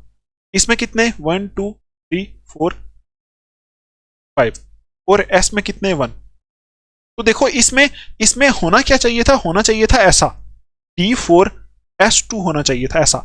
अब देखो ये चीज जो है उतनी स्टेबल नहीं है। अगर हम क्या करें, यहां से D4 कितना होता है ना, होना चाहिए था ऐसा क्रोमियम में, लेकिन हुआ कैसा, यहां से एक इलेक्ट्रॉन उठ के यहां आ गया। तो ये इससे, जैसे यहां से इलेक्ट्रॉन उठ के यहां आ गया, इससे हुआ क्या, इससे दोनों ही ऑर्बिटल जो है, एस ऑर्बिटल और डी ऑर्बिटल हाफ फील्ड हो गए। तो हाफ फील्ड हो गए मतलब ये एक्स्ट्रा स्टेबल हो गए, तो यहाँ इलेक्ट्रॉन इस फॉर्म में ही रहना चाहते हैं। ठीक है, इसलिए इसकी इलेक्ट्रॉनिक कन्फिगरेशन ये होती है।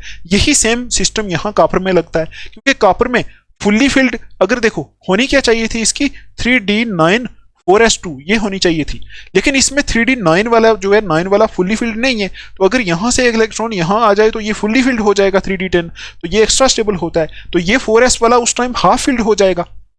ठीक है, मतलब 3d10 जब करेंगे तो ये वाला ऑर्बिटल फुल्ली फिल्ड है, ये हाफ फिल्ड है, तो ये दोनों ही एक्स्ट्रा स्टेबल है, तो इसलिए इसकी इलेक्ट्रॉनिक कन्फिगरेशन ऐसी होती है 3d10 4s1। ये इसका रीजन है। अब देखो इसकी इलेक्ट्रॉनिक कन्फिगरेशन क्या होती है।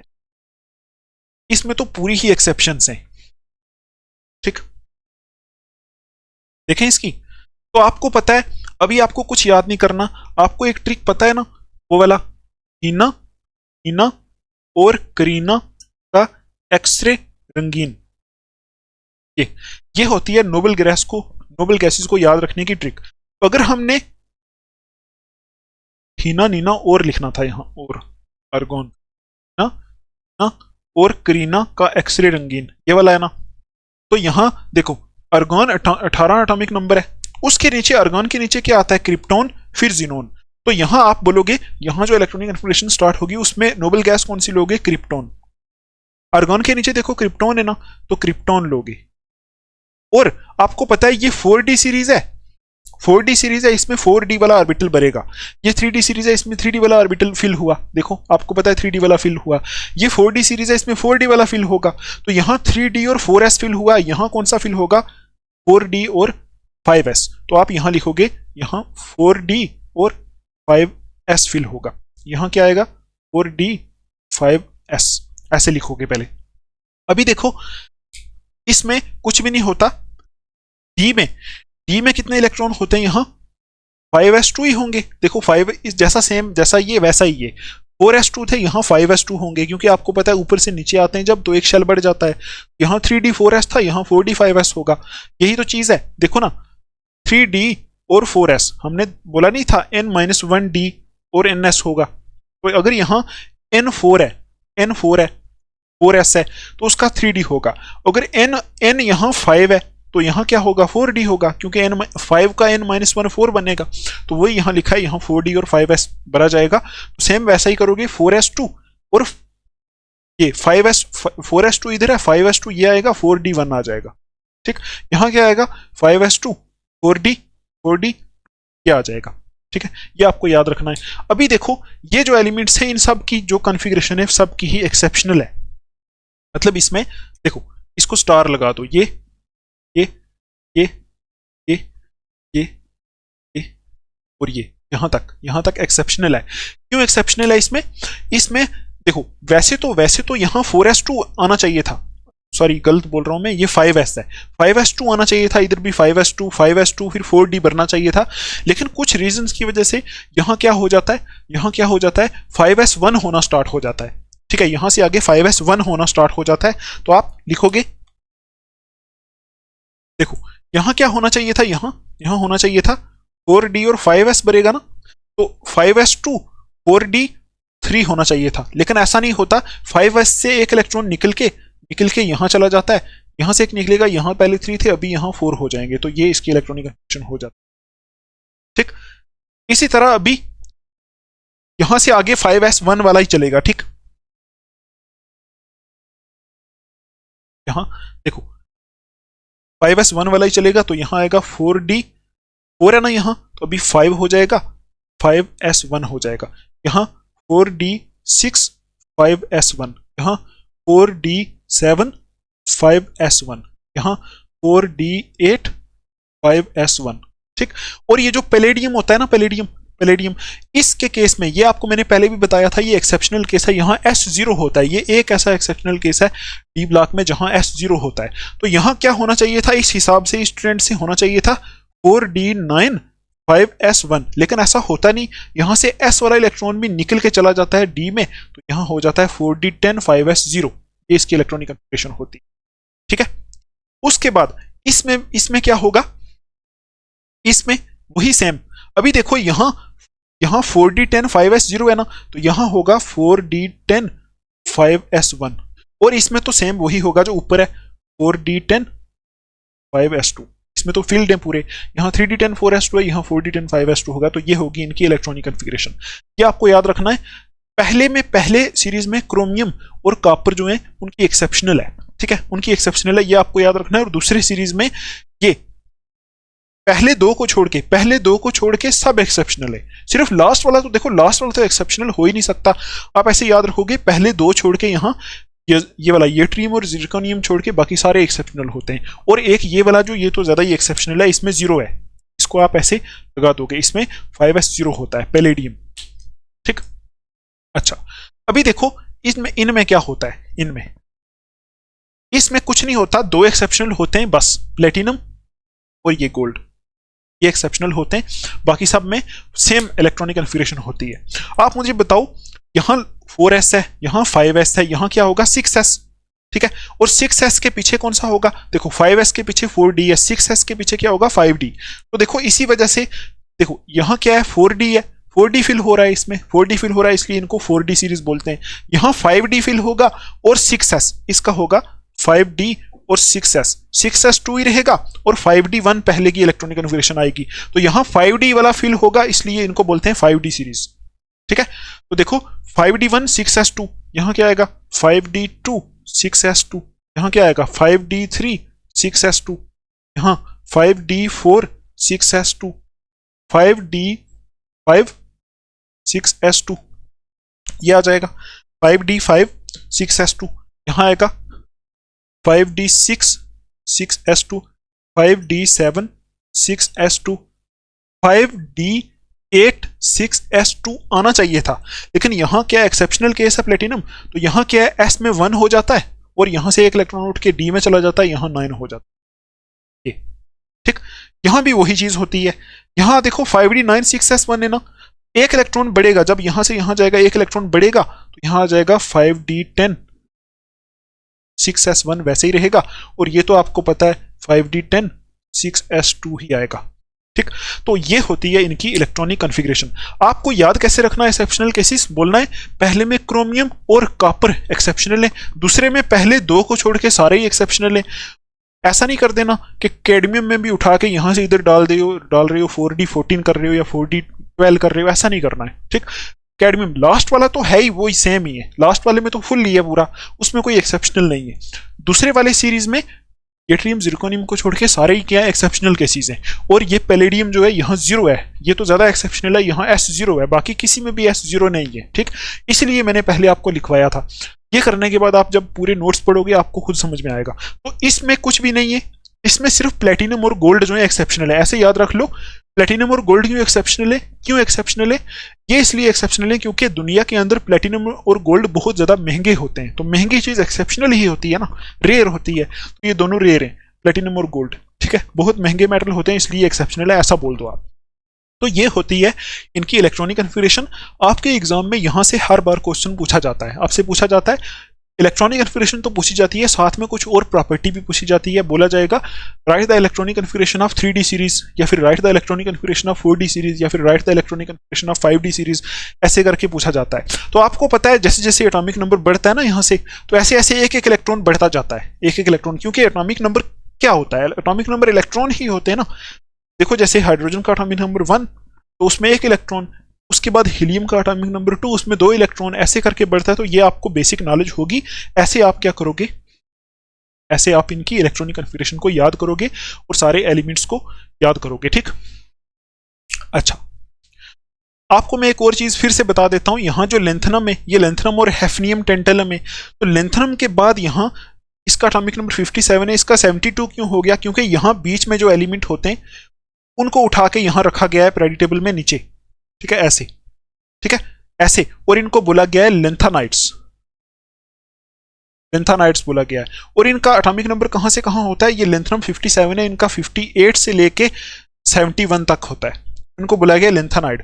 और इसके नीचे, लेंथानाइड के नीचे जो ये वाला सीरीज होता है ना, ये एफ ब्लॉक एलिमेंट का दूसरा सीरीज, एफ ब्लॉक एलिमेंट का पहला सीरीज ये, दूसरा सीरीज ये जो होता है, ये कहां से निकलता है, ये इसके नीचे, लेंथनम के नीचे भी एक सीरीज था ना, क्योंकि मैंने आपको बोला था इसके 4 सीरीज है, हमें पढ़ने सिर्फ 3 है। तो लेंथनम के नीचे था एक्टिनम, तो एक्टिनम के आगे से वो निकाल के यहां रखा है, उनको बोला एक्टिनाइड्स। ठीक, और ये जो एफ ब्लॉक एलिमेंट्स है, एफ ब्लॉक एलिमेंट्स है, इनको बोला गया है इनर ट्रांजिशन मेटल्स, क्योंकि ये ट्रांजिशन मेटल के अंदर से निकाल के यहां रखे, इसलिए इनको बोलते हैं इनर ट्रांजिशन मेटल्स। ठीक है, आई होप आपको ये सब कुछ चीजें समझ में आई होंगी, आस्ता आस्ता आपको आगे और समझ में आएगा। ठीक, तो आपको ये पता होना चाहिए फर्स्ट ट्रांजिशन सीरीज ये होता है, सेकंड ट्रांजिशन सीरीज ये, थर्ड ट्रांजिशन सीरीज ये, फर्स्ट ट्रांजिशन सीरीज को 3D सीरीज बोलते हैं, क्योंकि फर्स्ट ट्रांजिशन सीरीज में 3D फिल होता रहता है, सेकंड में 4D होता रहता है, इसमें 5D होता रहता है। और एक्सेप्शनल कौन से केसेस हैं वो आपको मैंने बता दी है। पहले में क्रोमियम कॉपर, याद रखना। दूसरे में सारे ही एक्सेप्शनल है, पहले दो छोड़ के। तीसरे में रेयर मेटल जो है प्लेटिनम गोल्ड, सबसे महंगे मेटल एक्सेप्शनल है, बाकी ठीक है। और पैलेडियम जो है वो ज्यादा एक्सेप्शनल है, उसमें S0 होता है, बाकी किसी में S0 नहीं है। ठीक, तो ये थी डी ब्लॉक एलिमेंट्स की इलेक्ट्रॉनिक कॉन्फ़िगरेशन। इनको याद कैसे करें, ये सब कुछ। ठीक, आई होप आपको ये समझ में आया होगा। अभी हम नेक्स्ट टॉपिक देखते हैं। देखो हमारे मेन टॉपिक तो कवर हो गए, अभी हम देखते हैं अकरेंस और जनरल कैरेक्टरिस्टिक्स, तो बस हमारा लेक्चर खत्म। ठीक है, साफ करें इसको, आप लिख लो, फिर आगे देखते हैं। तो अभी आप देखो ये जो डी ब्लॉक एलिमेंट होते हैं कहाँ होते हैं, ये किस जगह प्रेजेंट होते हैं, इनकी अकरेंस क्या है वो देख लेते हैं। इंपॉर्टेंट टॉपिक ये नहीं है, लेकिन आप करना है तो कर लो, आपके सिलेबस में दिया हुआ है कि अकरेंस पढ़ानी है। ठीक, तो आप इसमें पहला पॉइंट लिखो, बिल्कुल सिंपल चीज है। ट्रांजिशन मेटल्स कहाँ होते हैं, आपको पता है कहां से मिलते हैं? Occur naturally transition metals occur naturally in earth's crust.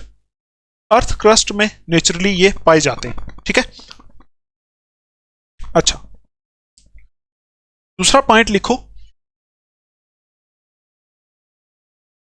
They are wide spread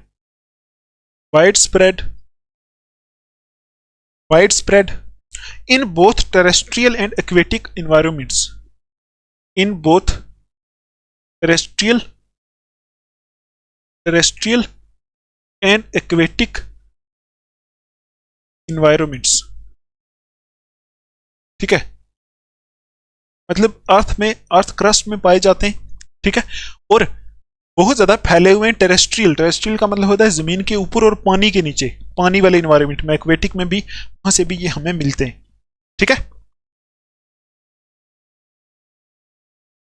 उसके बाद आप एक पॉइंट लिखो, ओर्स कंटेनिंग ट्रांजिशन मेटल्स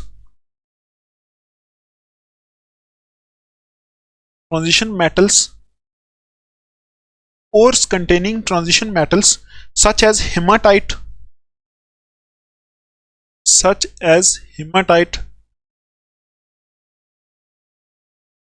जिसको ये आयरन की ओर होती है, आयरन ओर। और क्या होता है, और कोई ऐसा मिनरल होता है जिसमें हाई क्वांटिटी में मेटल हो। मिनरल क्या होता है, मिनरल जमीन के अंदर से कोई ऐसी चीज जिसमें क्या हो, मेटल कोई जहां से मिले उसको मिनरल बोलते हैं। ठीक, और क्या होता है, कोई ऐसा मिनरल जिसमें हाई क्वांटिटी का मेटल हो, हाई क्वांटिटी में मेटल हो।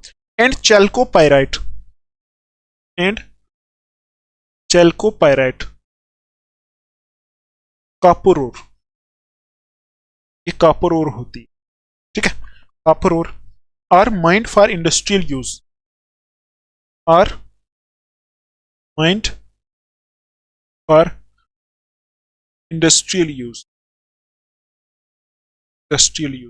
ये आपको लिखना है।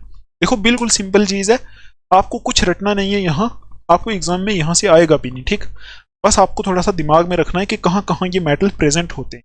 तो ores containing transition metals such as hematite, मतलब ऐसी ओर्स जो होती हैं जिनमें ट्रांजिशन मेटल होते हैं, वो कौन कौन सी हो सकती है? जैसे हेमाटाइट हो गई, आयरन की ओर होती है, और चैल्कोपैराइट हो गई, कॉपर की ओर। ठीक है, ये इंडस्ट्रियल यूज के लिए माइन की जाती है, मतलब जमीन से निकाली जाती है इंडस्ट्रियल यूज के लिए। उसके बाद लिखो point, transition metals also occur in trace amounts,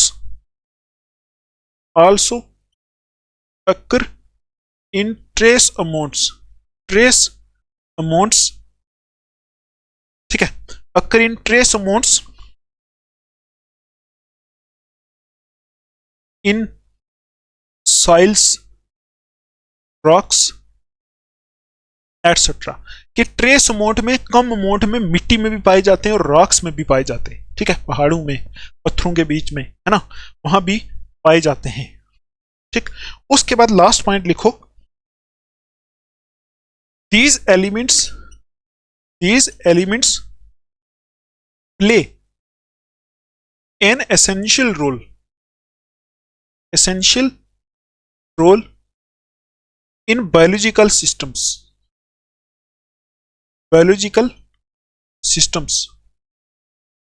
ठीक है, ये एसेंशियल रोल प्ले करते हैं बायोलॉजिकल सिस्टम्स में and are also present in living organisms.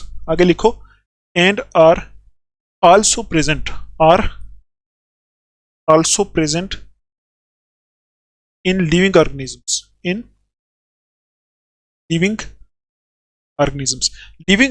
के अंदर भी पाए जाते हैं। आपको पता है जैसे आयरन है, हीमोग्लोबिन जो होती है लिविंग ऑर्गेनिजम्स के अंदर, उसमें आयरन होता है। तो आयरन क्या है? डी ब्लॉक है, ट्रांजिशन है।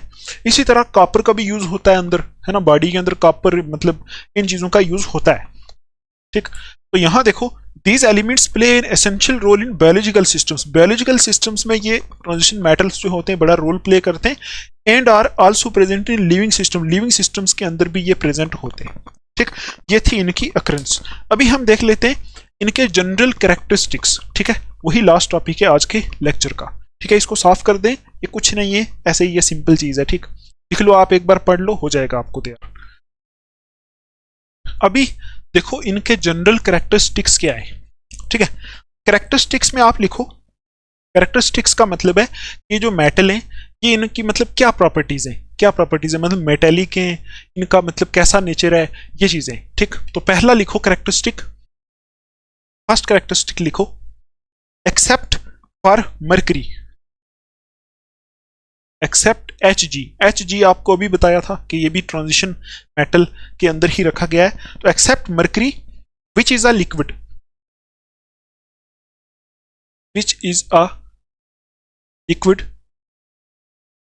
लिक्विड। आगे लिखो, all transition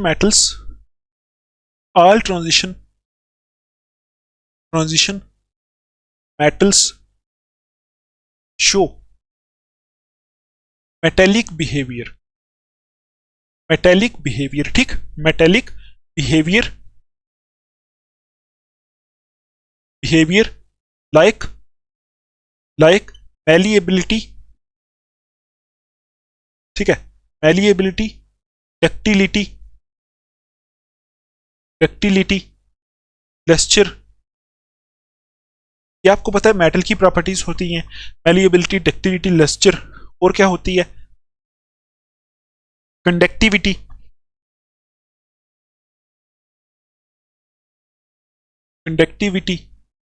tensile strength, etcetera. ये आपको लिखना है कि मरकरी को छोड़ के, मरकरी इनमें आता है लेकिन मरकरी एक लिक्विड है। ठीक, उनको छोड़ के बाकी सारे ही ट्रांजिशन मेटल जितने भी हैं उनमें मेटेलिक करेक्टर होता है। मेटेलिक करेक्टर मतलब उनमें malleability, ductility, lustre, conductivity, tensile strength, ये चीजें उनमें होती। ठीक है, दूसरा लिखो, दूसरी प्रॉपर्टी, दूसरा करेक्टरिस्टिक्स लिखो, they have high melting and boiling points, high melting and boiling points. इनके मेल्टिंग एंड बॉइलिंग पॉइंट्स जो होते हैं वो क्या होते हैं? हाई होते हैं। ये क्यों हाई होते हैं हम आगे प्रॉपर्टीज में इनको डिस्कस करेंगे। ठीक, जो हमारे सिलेबस में होगा, ये सिर्फ जनरल है, जनरल कैरेक्टरिस्टिक्स हैं। ठीक, उसके बाद देखो इलेक्ट्रोपॉजिटिव नेचर शो करते हैं, दे शो इलेक्ट्रोपॉजिटिव नेचर, ये इलेक्ट्रोपॉजिटिव नेचर शो करते हैं। फोर्थ प्रॉपर्टी लिखो, ये वेरिएबल ऑक्सीडेशन स्टेट्स शो करते हैं, दे शो वेरिएबल ऑक्सीडेशन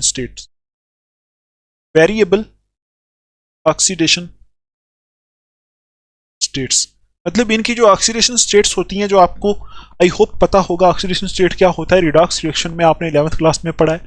ठीक है, तो इनकी जो ऑक्सीडेशन स्टेट्स होती हैं वो वेरिएबल होती है। मतलब ऐसा नहीं कि कोई एक मेटल एक ही किस्म की ऑक्सीडेशन स्टेट दिखाएगा, वो बहुत किस्म की ऑक्सीडेशन स्टेट दिखा सकता है। मतलब जैसे कॉपर है, ठीक है, मतलब आप कोई और बोल दो, जैसे मतलब क्रोमियम है, तो उसमें +1 ऑक्सीडेशन स्टेट भी होगी, +2, +3, +4, +5, ऐसे बहुत सारी ऑक्सीडेशन स्टेट्स दिखा सकते हैं। ठीक, अच्छा, उसके बाद लिखो कैटालिटिक प्रॉपर्टीज दिखाते हैं। आपने कई बार देखा होगा ना कि हम प्लेटिनम या फिर पैलेडियम को कैटालिस्ट के तौर पे यूज करते हैं ना, तो यहां आप बोलोगे दे show catalytic properties. Catalytic properties, catalytic properties भी ये शो करते हैं, ठीक। और क्या करते हैं ये, कलर्ड कंपाउंड्स बनाते हैं। They form coloured compounds, coloured compounds, coloured compounds भी ये मेटल्स बनाते हैं, ठीक। और एलाइज भी बनाते हैं।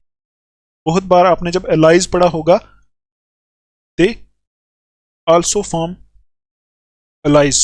एलाइज आपको पता है ना, दो मेटल का मिक्सचर होता है, तो एलाइज में मोस्टली आपने ट्रांजिशन मेटल का ही नाम सुना होगा, ठीक है। ट्रांजिशन मेटल्स का आयरन का नाम, निकल का नाम, क्रोमियम का नाम, है ना। ऐसे एलाइज में आपने इनका नाम सुना होगा। तो एलाइज भी ये बनाते हैं, कलर्ड कंपाउंड बनाते हैं, कैटालिटिक प्रॉपर्टीज शो करते हैं, वेरिएबल ऑक्सीडेशन स्टेट होती है, इलेक्ट्रोपॉजिटिव नेचर शो करते हैं, हाई मेल्टिंग बॉइलिंग पॉइंट होता है, एंड मेटालिक प्रॉपर्टीज होती हैं।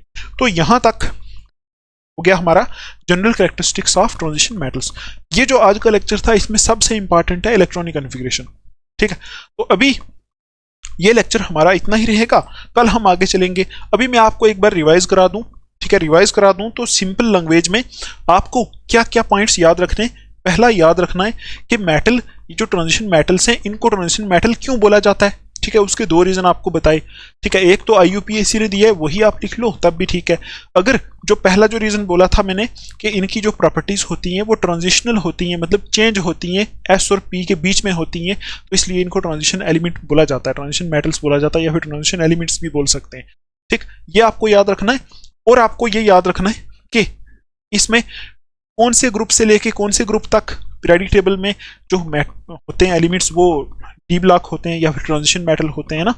तो आपको ये भी याद रखना है डी ब्लॉक कौन से होते हैं, एफ ब्लॉक कौन से होते हैं, ठीक है। बाकी आपको इनकी इलेक्ट्रॉनिक कॉन्फ़िगरेशन याद रखनी है, ठीक है। ये याद रखना है कि इनको 3D series, 4D series, 5D series क्यों बोला जाता है, ठीक है। टोटल डी ब्लॉक के कितने सीरीज होते हैं, ठीक है। ये आपको सब चीजें मैंने बताई, ठीक। उसके बाद आपको ये याद रखना है कि इनकी जो इलेक्ट्रॉनिक कॉन्फ़िगरेशन है उनमें कहाँ कहाँ एक्सेप्शन है, ठीक है। एग्जाम में आपको पूछा जा सकता है right the electronic configuration of chromium या फिर कॉपर, तो उनमें एक्सेप्शंस होती हैं, ठीक है। जहां एक्सेप्शंस है वो आपको याद रखनी है, नोटबुक के ऊपर लिख लिख के आपको प्रैक्टिस करनी है।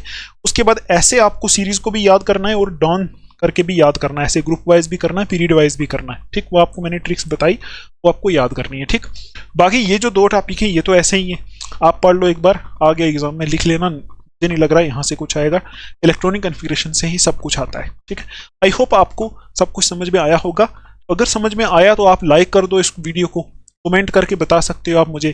और अगर कुछ पूछना है तो टेलीग्राम ग्रुप बना हुआ है, वहां जाके आप मेरे से डिस्कस कर सकते हो। अभी हम देखते हैं इसमें कौन कौन से क्वेश्चन है जो आप यहाँ से बन सकते हैं, मतलब क्वेश्चंस कौन कौन से यहाँ से बन सकते हैं। तो देखो यहाँ लिखा है important questions for JK boss. पहला है right the atomic numbers and electronic configuration of first transition series. First transition series जो 3D सीरीज है उसकी इलेक्ट्रॉनिक कॉन्फ़िगरेशन और एटॉमिक नंबर। अगर ये क्वेश्चन आपको एग्जाम में आ गया आप लिख सकते हो, ठीक। Right the atomic number and electronic configuration of second transition series या फिर थर्ड ट्रांजिशन सीरीज, ये भी आ सकता है। उसके बाद why d block elements are called transition elements, ये भी आपसे पूछा जा सकता है, इनको ट्रांजिशन एलिमेंट्स क्यों बोलते हैं। तो उसके बाद है why zinc, cadmium and mercury are not considered as transition elements, इनको ट्रांजिशन एलिमेंट क्यों नहीं बोला जाता, मैंने आपको बताया।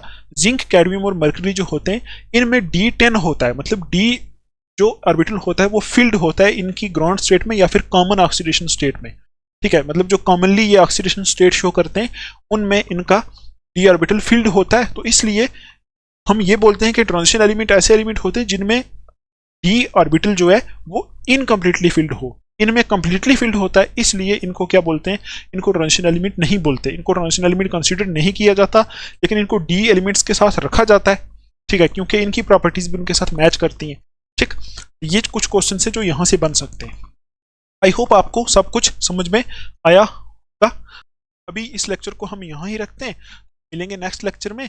तब तक के लिए आप अपना ध्यान रखो, पढ़ाई करो, take care, thanks for watching.